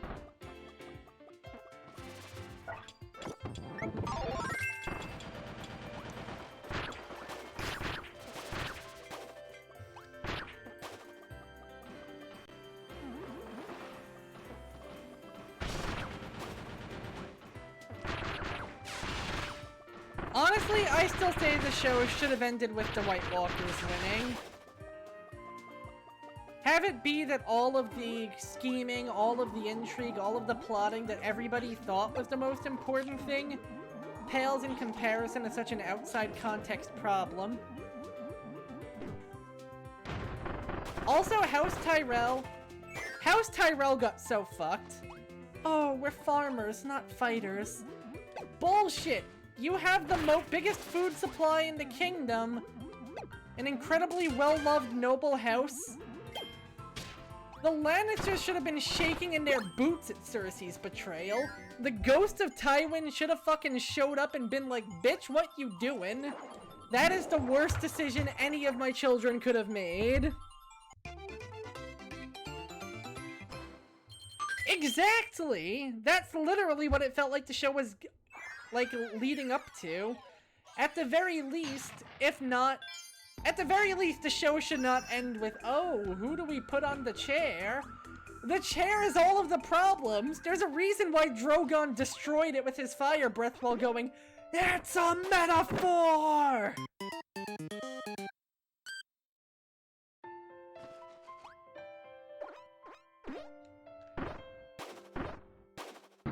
And let me tell you who had a better story than Bran the Broken. Haha.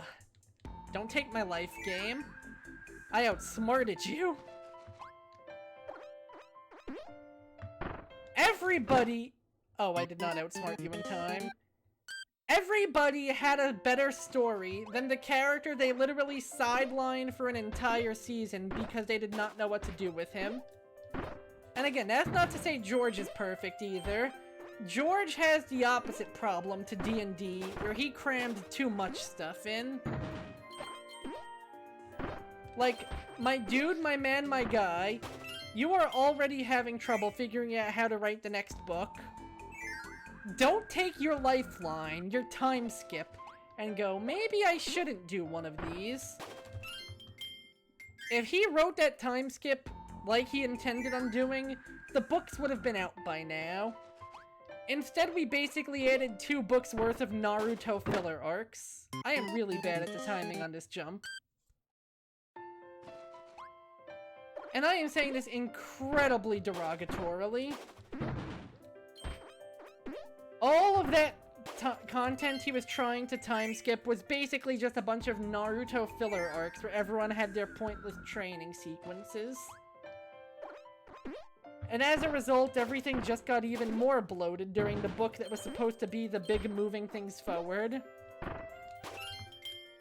Homeboy messed up. I am learning this. It is okay for things to be off-screen, as long as they're explained and set up well. Like, don't bullshit major development. But if it's the kind of thing that would be better served as a training montage or a flashback, maybe take that L on the chin, you know? It's okay to let things be implied. It is okay to let things go unsaid. Shit. Why do I feel like that's the one I would have needed to?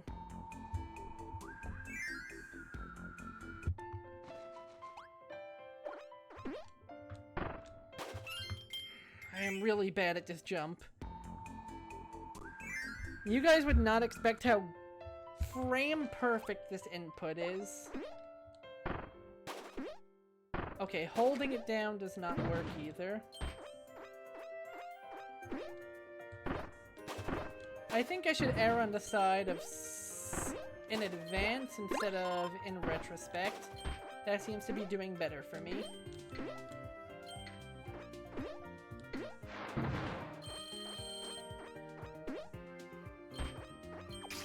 Okay, that was a training sequence. Now here comes the real sequence for the energy sphere. Also, it looks like my theory was proven wrong. There were desert ruins, but they were just kind of a quick pit stop before we go into the clouds. I'm not gonna lie, I'm not exactly mourning not having another water level and another ice level. Especially when sunny clouds is a really unique idea in comparison.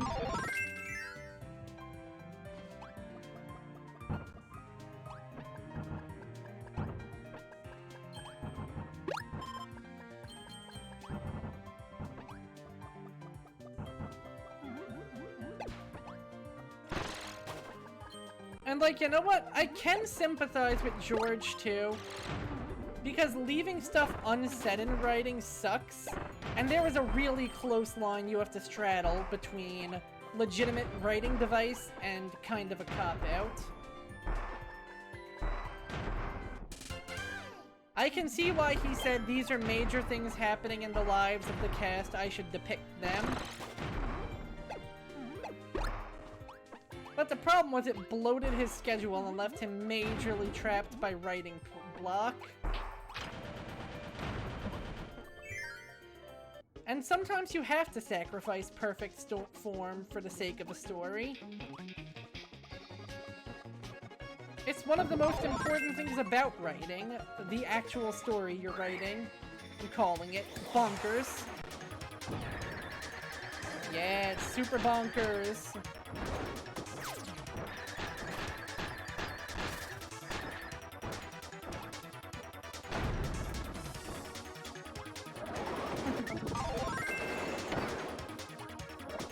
Just one more cup, bro. I swear it'll solve all of our problems. Just one more cup.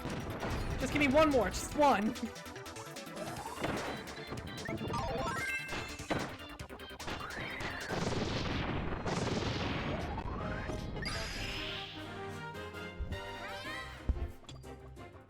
Man, I'm not gonna go off on a whole big spiel, but I am going to say, dear God, if you guys ever need anything, I am here for you, okay?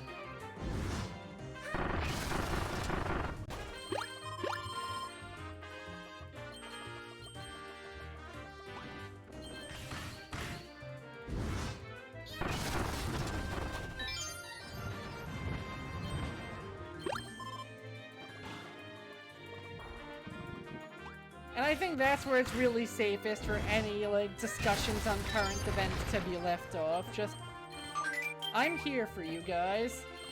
And please do your best to be here for each other too, okay? I'm sorry your stuff still isn't working out for you. I really should start looking into management for my own at some point, because, ow.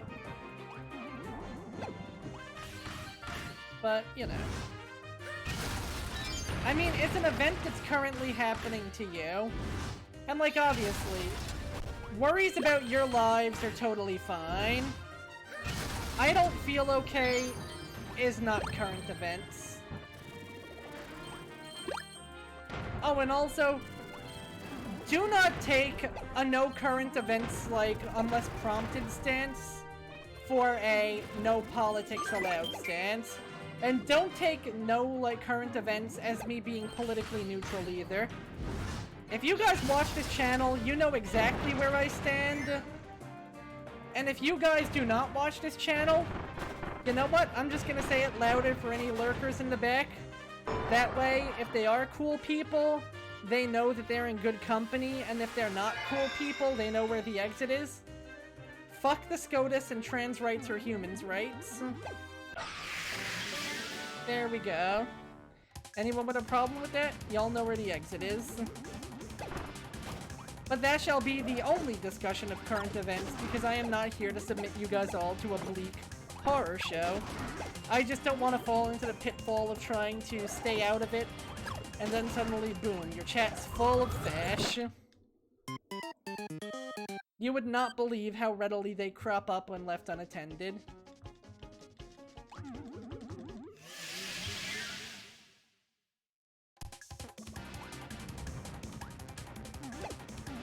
Seriously, you give them an inch and they take a mile. Just ask Games Workshop after they blundered into another one.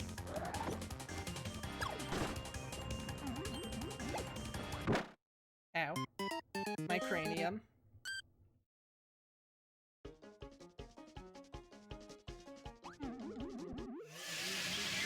Why am I hungry again? I know I had a very little dinner, but I had a very big lunch. I was hoping it would balance out.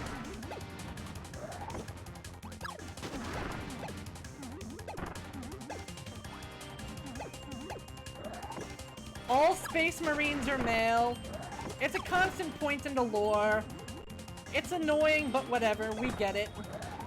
Saying that the Space Marine procedure requires factors inherent to the unique male biology, you might want to get a sensitivity reader on that, guys. You should have just left it to for reasons unknown. Boop. Like, all Space Marine are men is like, it's an outdated lore point, but whatever. All the Space Marine models are men, all the Space Marine characters are men. At this point, any retcons would have to either be retroactive, or stuff like most of the model range and all of the novels would seem really, really odd. There is one shortcut I'm in particular fond of if we're trying to get a— What? That goes all the way? Oh my god. This level has not been a fun time for us, guys. It's been a disaster. But yeah, the idea of all Space Marine being men is not the problem here. It's the fact that they're using language that can best be summed up as essentialist. The level or the controversy that Games Workshop stumbled themselves into, I'm inclined to say both.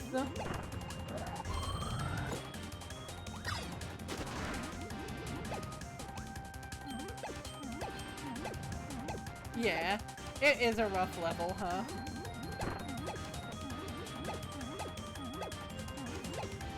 Yeah, honestly, gender is one of those things like gravity, where we think we know everything about how it works. Dear God, we know like so little about how it works. There are so many differing factors, and the more you look under the surface to try and find the one single thing, the more you realize, oh god, this is complicated.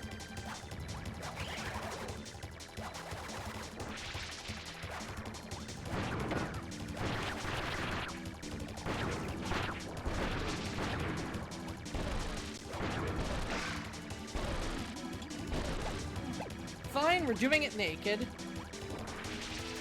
I mean, let's be honest. If Space Marines did have dangly bits at some point, the sheer amount of what can only be described as steroid enhancements they've all been through have probably left them horrifically shriveled prunes at this point. If I was responsible for Space Marine lore, and I wanted to explain, and I had to explain why they're all very masculine, why all the models are male, why all the names are on the masculine side, you know what I would say?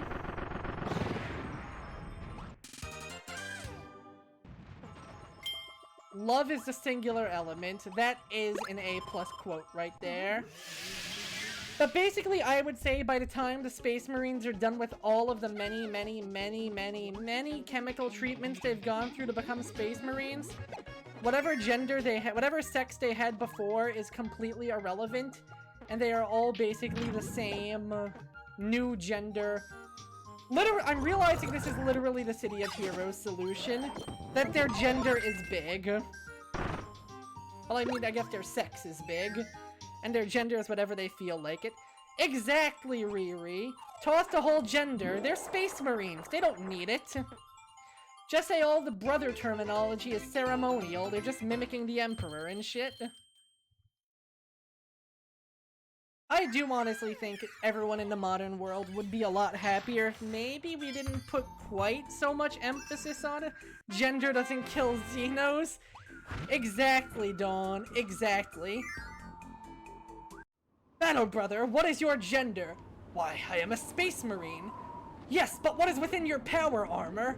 My bolter? Haha, there's always a secret entrance. There's always a hard mode rush.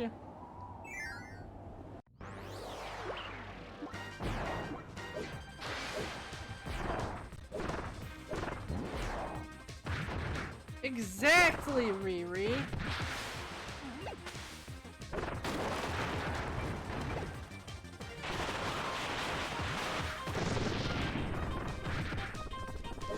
Honestly, I do sometimes wonder how much, like, dysphoria is caused just by the I'm stupid boy. Caused by the sheer insistence we put on very strict gender roles as a society. Like, for example, I occasionally wonder just how man am I? But I also wonder, I'm otherwise fine with myself, though. Is it the concept of being a man that I take umbrage with? Or is it just the fact that I don't feel like I fit a lot of the masculine gender roles?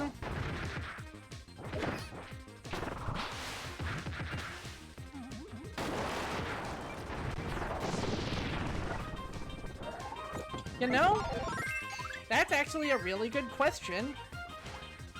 Because other than murmur something about gender roles and make non-committal noises.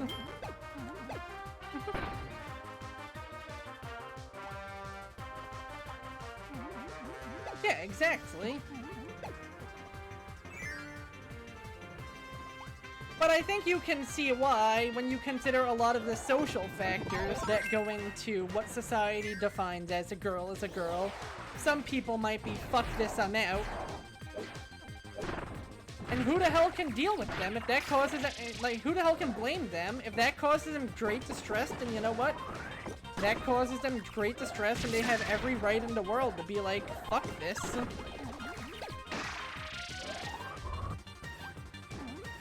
And that's not even getting into the concepts of euphoria and dysphoria. Like, I can understand why it became the framing when you consider that, you know, Kirby does not have— oh geez, I did not expect another mini-boss so soon. Also one we've literally never seen before. Hello, Dubior. I think in Japan, Kirby is considered non-binary.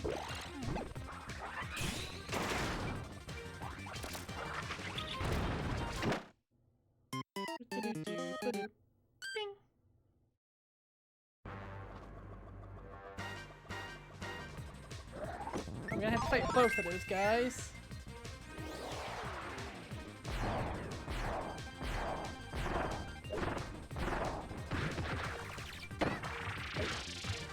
Like, I know for so often a lot of the issue was framed around dysphoria, probably part because it's a lot of people's first experience with the concept of, like, gender transition, and part because I imagine to some people it almost makes the idea of the surgery, like, a little bit, like, especially for people who are, you know, surgically transitioning. I imagine it sort of makes it a little easier to grok for them, like, I don't like this. I should change it. But I do think euphoria as a concept also needs to appear in the dialogue a lot more. Because sometimes it's like, well, I don't have a problem with this necessarily, but I would be happier this way.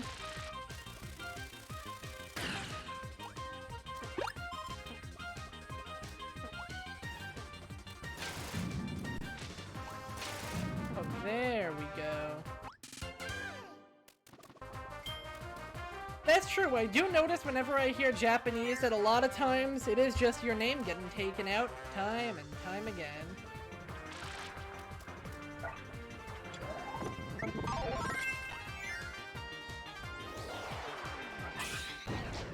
Is it dumb if I might end early due to hunger?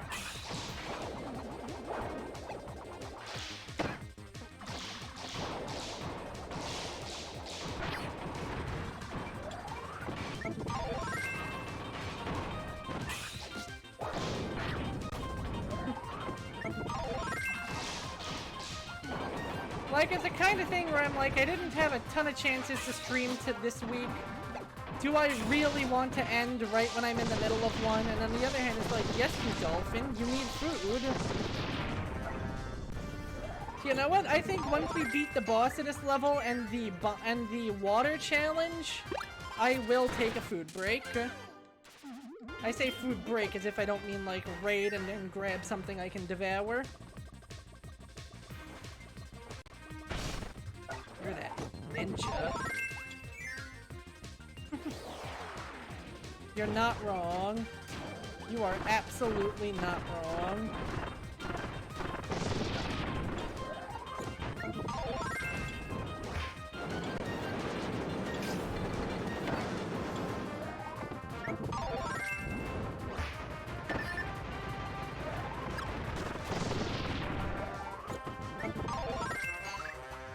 There we go. But yes, food is indeed crucial.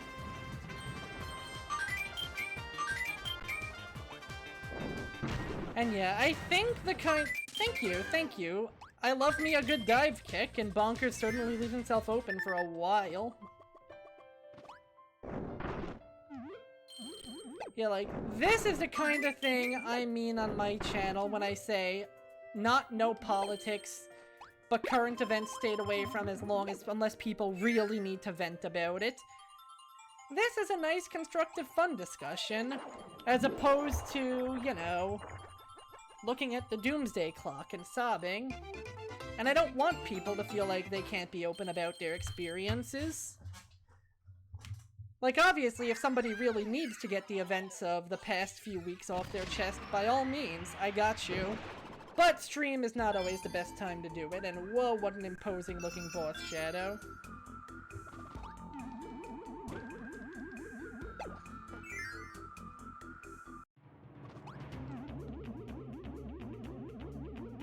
Nuts Noon. Nice. Meanwhile, here it is called Nutty Noon. And I forgot to check the name for stage 4, but I know it is W, I think. Huh. C-R-O-W-N.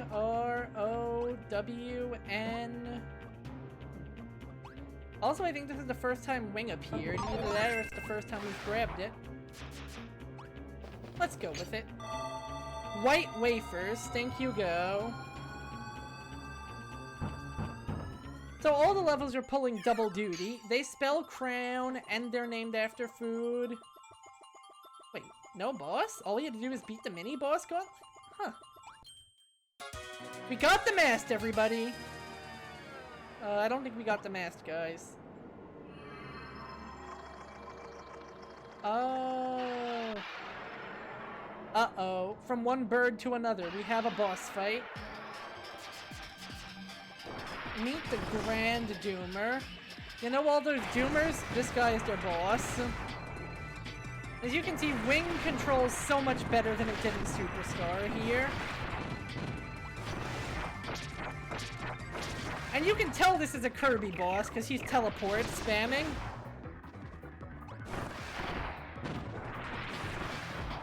So as far as Kirby final bosses go, this guy ain't too hard.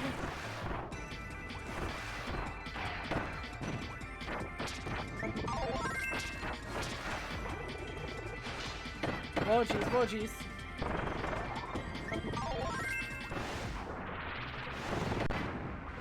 Okay, he's softened up. They do. Marks, Nightmare. Either they teleport spam, or you fight them in an inexplicable shoot 'em up. Or they're King Dedede.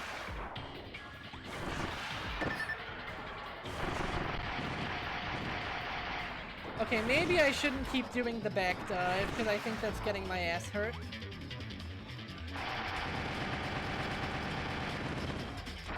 Poo-poo-poo land, that's adorable.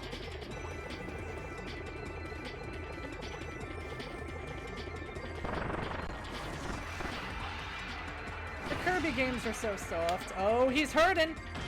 Uh-oh. He's a meteor now.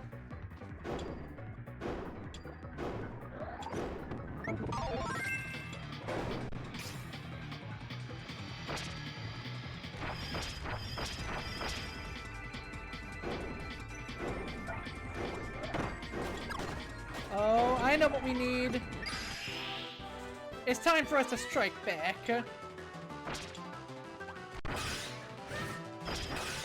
Oh, but he keeps teleporting. It's gonna be hard to land a hit on him. Gotta catch him when he's balling up.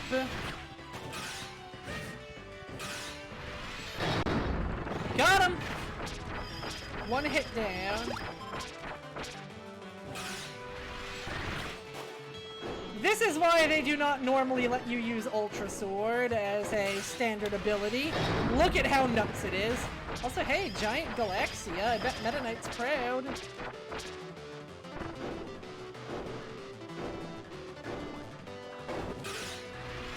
One more time. He's almost exposed.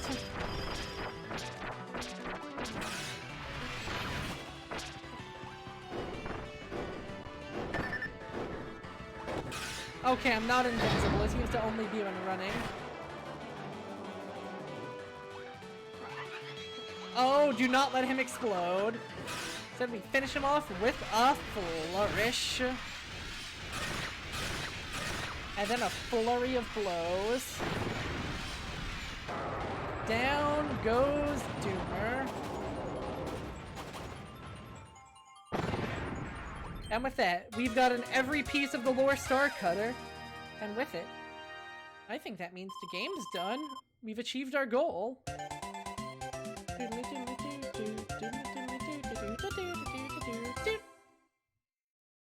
Magolor can take us home, where we're surely going to enjoy a delightful victory parade.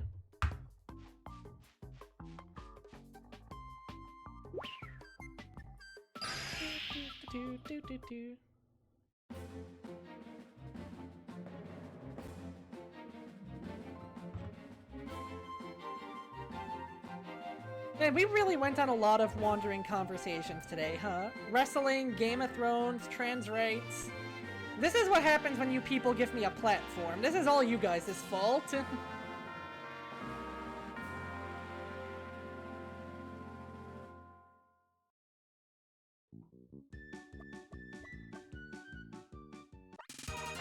Oh yeah! Yeah, yeah! You did it, Kirby! The lore is back in business. The oars, both wings, the emblem, the mast, yep, it's all there. The moment I've been waiting for. It's here! You're my hero. And a promise is a promise. I owe you a trip to my home. A trip to Halcandra. Halcandra exists in another dimension. It's super far away. But the lore can fly us there in the blink of an eye. Pack some snacks, Kirby. We're off to Halcandra.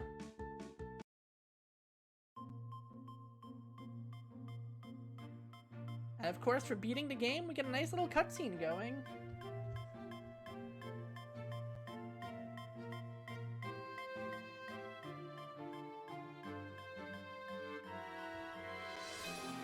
Hit that engine, Mags.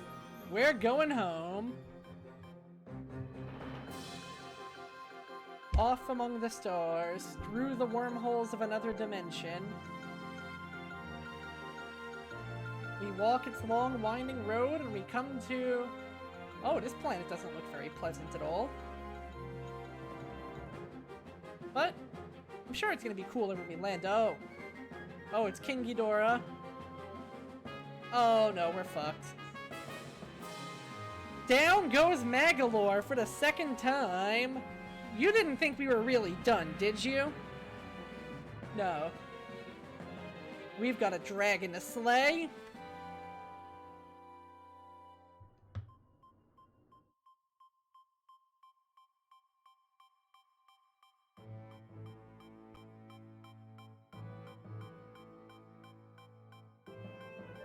I love the little cartoon representation of the crash. Landia, he's death 4 times over. Magolor's losing hope. But we didn't come this far just to give up on our little buddy. So what if it's a big scary dragon? I'm Kirby!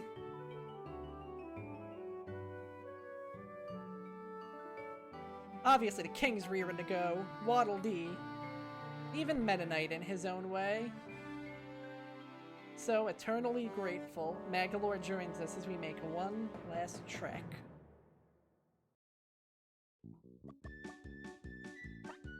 Kirby, that dragon, his name is Landia. It's lived on this planet for ages, but it's always been fast asleep. Recently, however, it awoke and went on a rampage. Please, Kirby, you must defeat that crazy dragon. I know I've asked a lot of you, but this is it, I swear. Hi, Kirby. Just when my ship was finally fixed. I never imagined something like this could happen even once. But twice! Oh, so he's had a run-in with Landia before. You found 84 of my energy spheres, and all the parts are still in place. I've been to the mountain where Landia lives before, and this very ship even. That sucker attacks out of nowhere! Super scary. The lore got dinged up that time too. I'm really getting fed up with all of this. But I'm sure you'll be fine. Just hurry up and defeat that dragon for me, and for Halcondra! Is it gonna be the same dialogue? That was way too close for comfort. Oh, by the way, I lost some of my energy spheres here on Halcondra too. So if you see any around here, be sure to grab them, yeah? I know I've been asking a lot of you, but I really do appreciate it. It's okay, people ask things of Kirby all the time. The people of Dreamland 3, whose heart stars we needed to heal with their requests. Marks, when he asked us to help the Sun and the Moon stop fighting. Actually, come to think of it, people don't usually ask Kirby stuff too often. Usually he just kind of bumblefucks into things and fixes problems with his gullet. Either way, it's surfing time.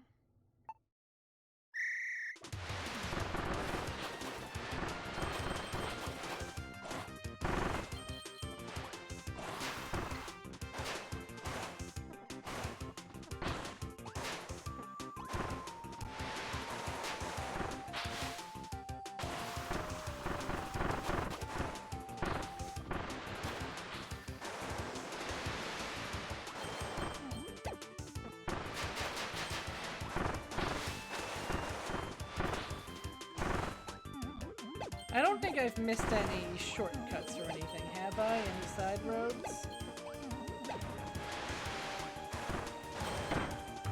Ah, they punched the money out of my pockets. This one could take a bit. I've never been the most comfortable at controlling water, Kirby.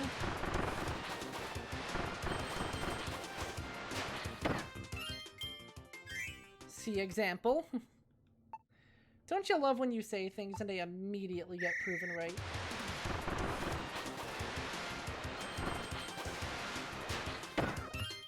No, game, I'm pressing up, not forward, up.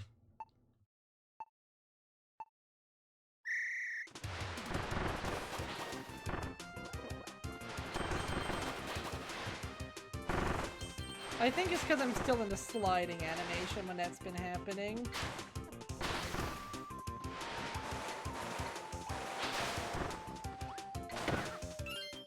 Ooh, I thought I was hovering over it, crud.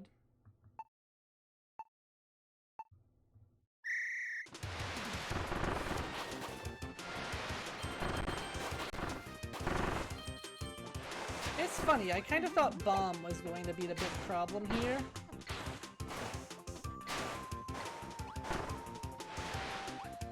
But nope.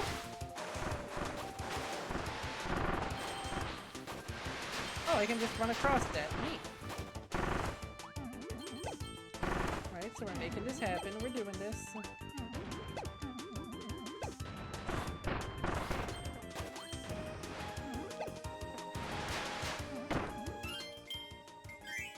I grazed it. I grazed a waddle.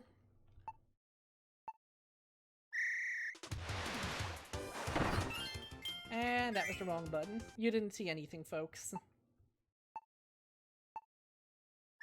Just remember, Joe, the quicker you finish, the faster you can eat.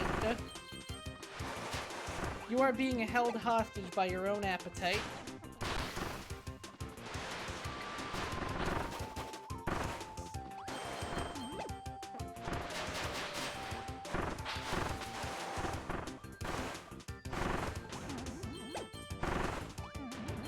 That's what I call motivation.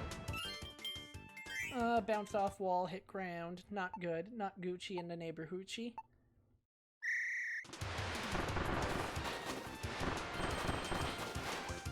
Oh, was that a gold coin up there? No, I'm crazy. Okay.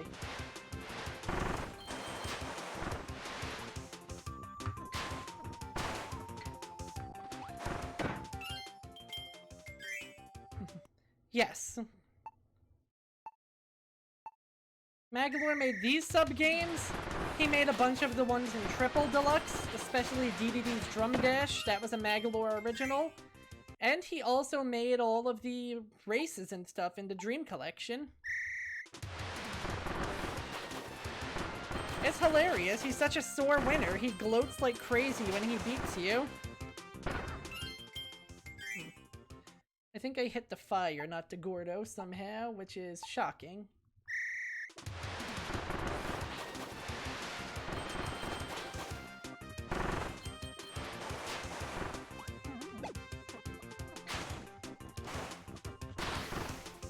There we go. If I give just a second to pause...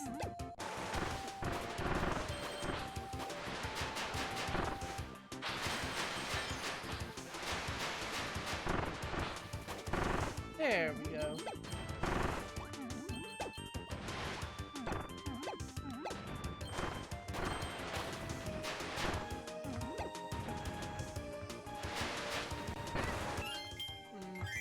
I had the timing on that so botched.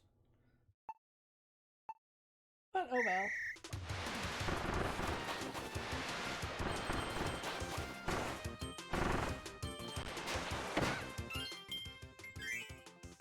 Yeah, if you're stuck in the slide, even if you stop and hit up, you are still going to use your sliding dash. So make sure that you have fully stopped running before you try and do stuff like that.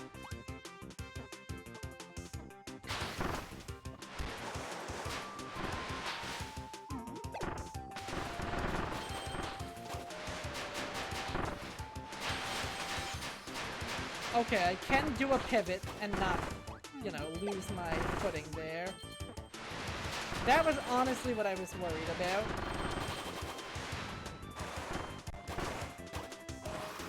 So hearing that, really big relief.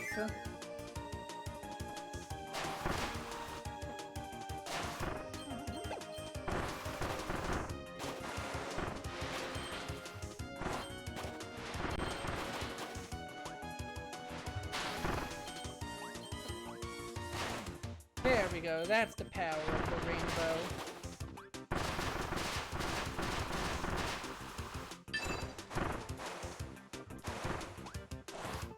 Huh? I knew that was gonna be a secret area. It had the vibe. How do I do this one?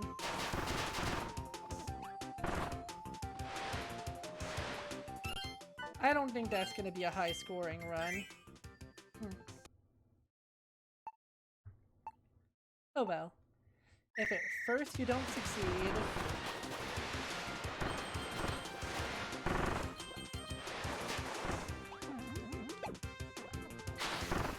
So this means the next time we play this game is going to be the last two worlds and the arena.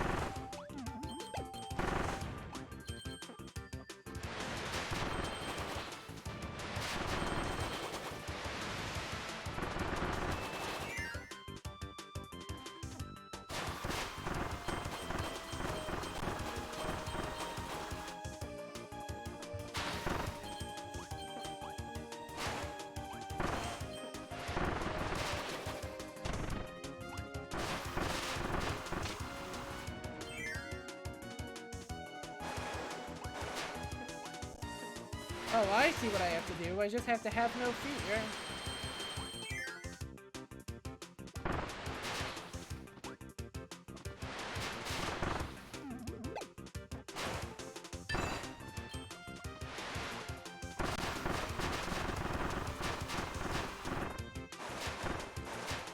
Oh, this is that same switch.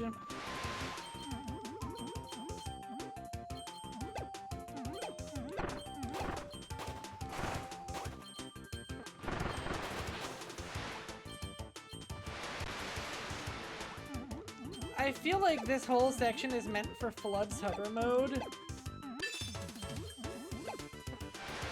Oh jeez, oh jeez, oh jeez.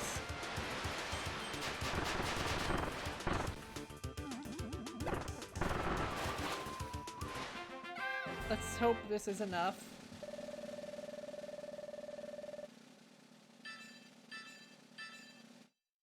It isn't. I need 12,200. There were probably secret areas I was missing.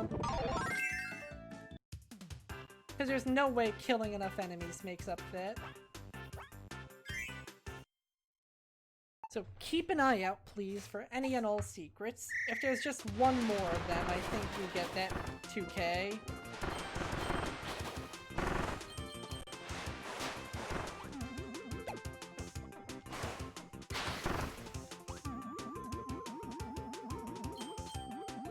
You son of a bitch. Oh, I know what I need to do. There we go. You would not believe how much of a difference that is going to make for us. Literally a game changer.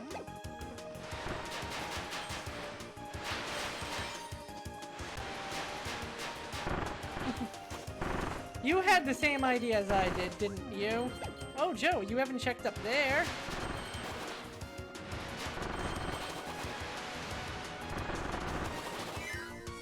It looked like such a dead end.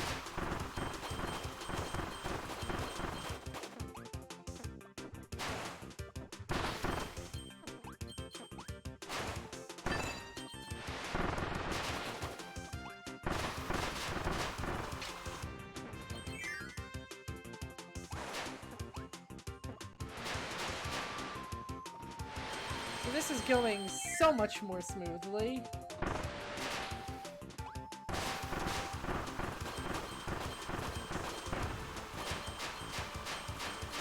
Also, I clearly should not have underestimated the power of Super Mar. Kirby, why did you go up? Kirby? No, it's okay, Kirby. I just want to have a little chat.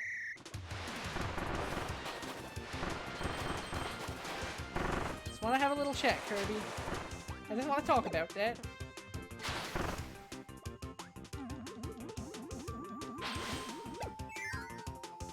Just a little chat. Just 5 seconds of your time, that's all.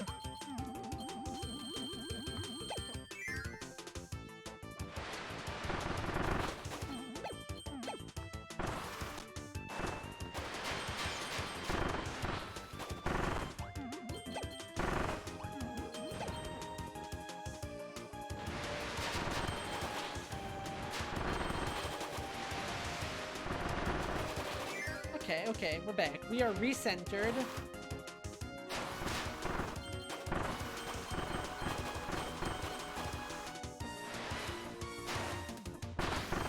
I think Kirby hit something that made him spring upwards a bit, which is what caused that run to go wrong all of a sudden. And luckily these side area puzzles are fairly easy to solve, so it shouldn't take me too long to reorient myself.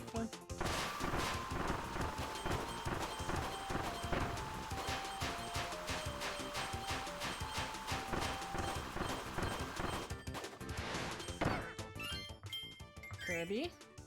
It's okay, I just want to talk. I just want to talk, Kirby. All good. We're okay. We're back. We're making the dream happen. Teamwork makes Dreamworks entertainment. And solo productions make illumination.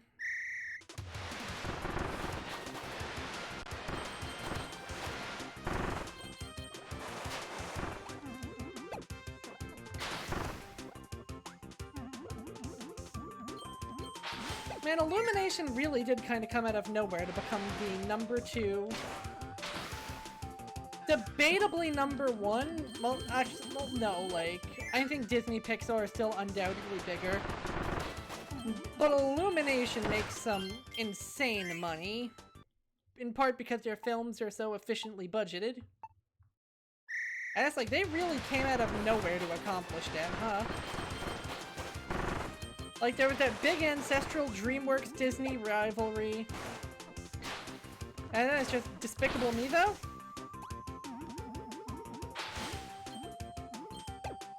Like, I know they made some films before that weren't, like, good.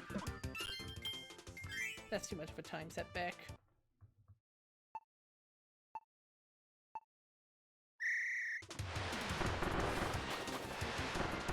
But they really did make a splash for what seems like comparatively such a D-list studio, you know?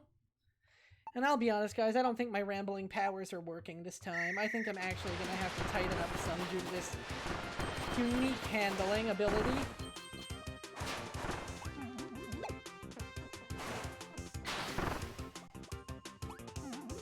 Which is a shame, you know?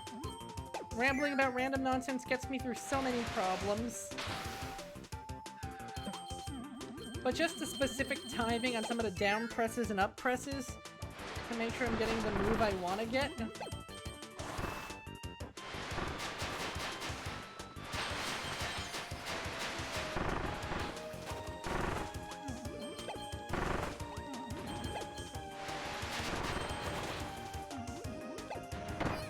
Yes, yes they are. Illumination is the reason why to this day we still ask, how bad me be?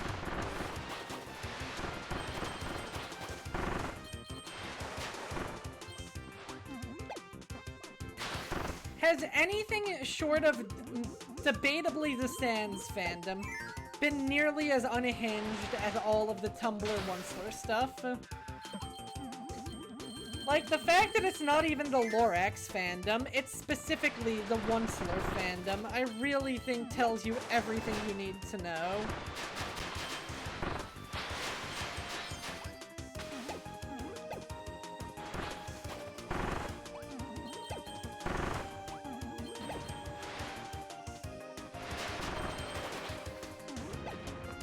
Like, I don't think anyone gave a hot gay fuck about Danny the Cheeto or Super Hulock is its own brand of wacky. But it's like regular fandom wacky taken up to 11. I mean, we are so deprived, we are literally drawing endless parades of characters kissing themselves because this is all we have. You don't get that level of unhinged in Doctor Who. You get normal fandom stuff. Supernatural?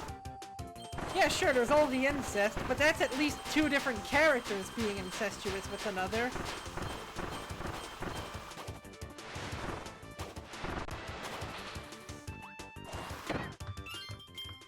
Oh my god, that was not the direction I went. Which fandom? Which fandom, Riri?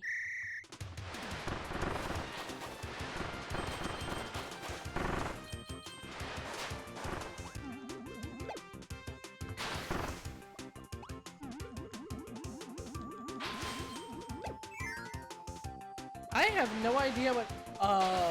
Oh, I get it now. Yeah, I'll give you the Homestuck fandom. I'll give you the Homestuck fandom.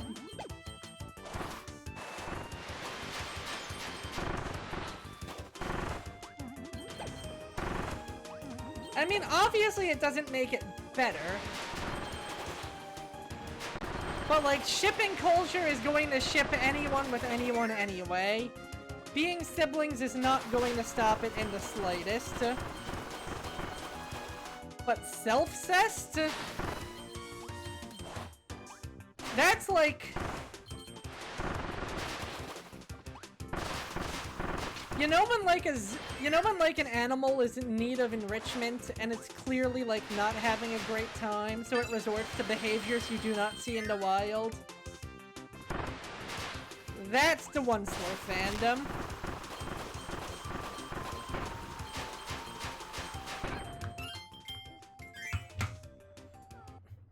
Okay, I'm really gonna need to find out how to hover. I'm gonna need to figure out how to hover nozzle works.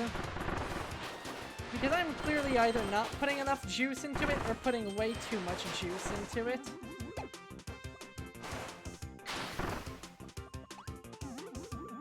Either is less than ideal. Ha, go fuck yourself.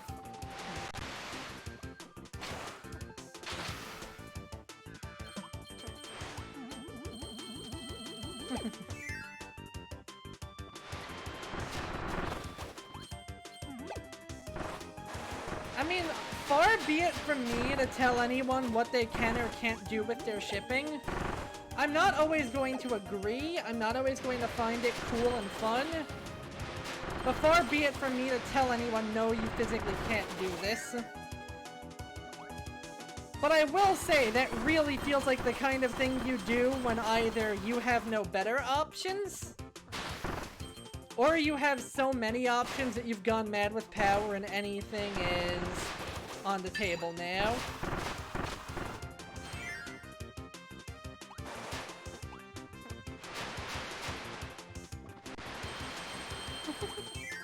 That is a great simile, though.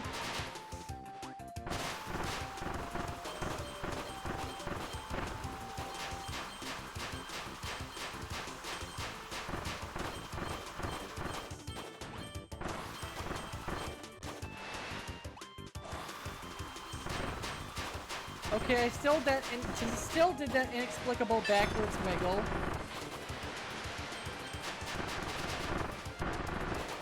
But at least that time it was a lot closer. I think we're good.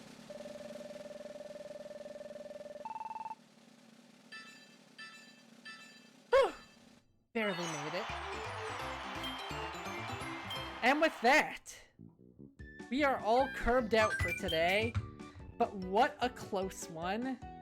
Thank you guys all so much for coming as always. I hope you all had a great time today. And I'm going to get you set up with some raids for tonight. Thank you all, and see you next time. Maybe the weekend for some Lobotomy Corp? I don't know, I gotta decide. In the meantime, good night.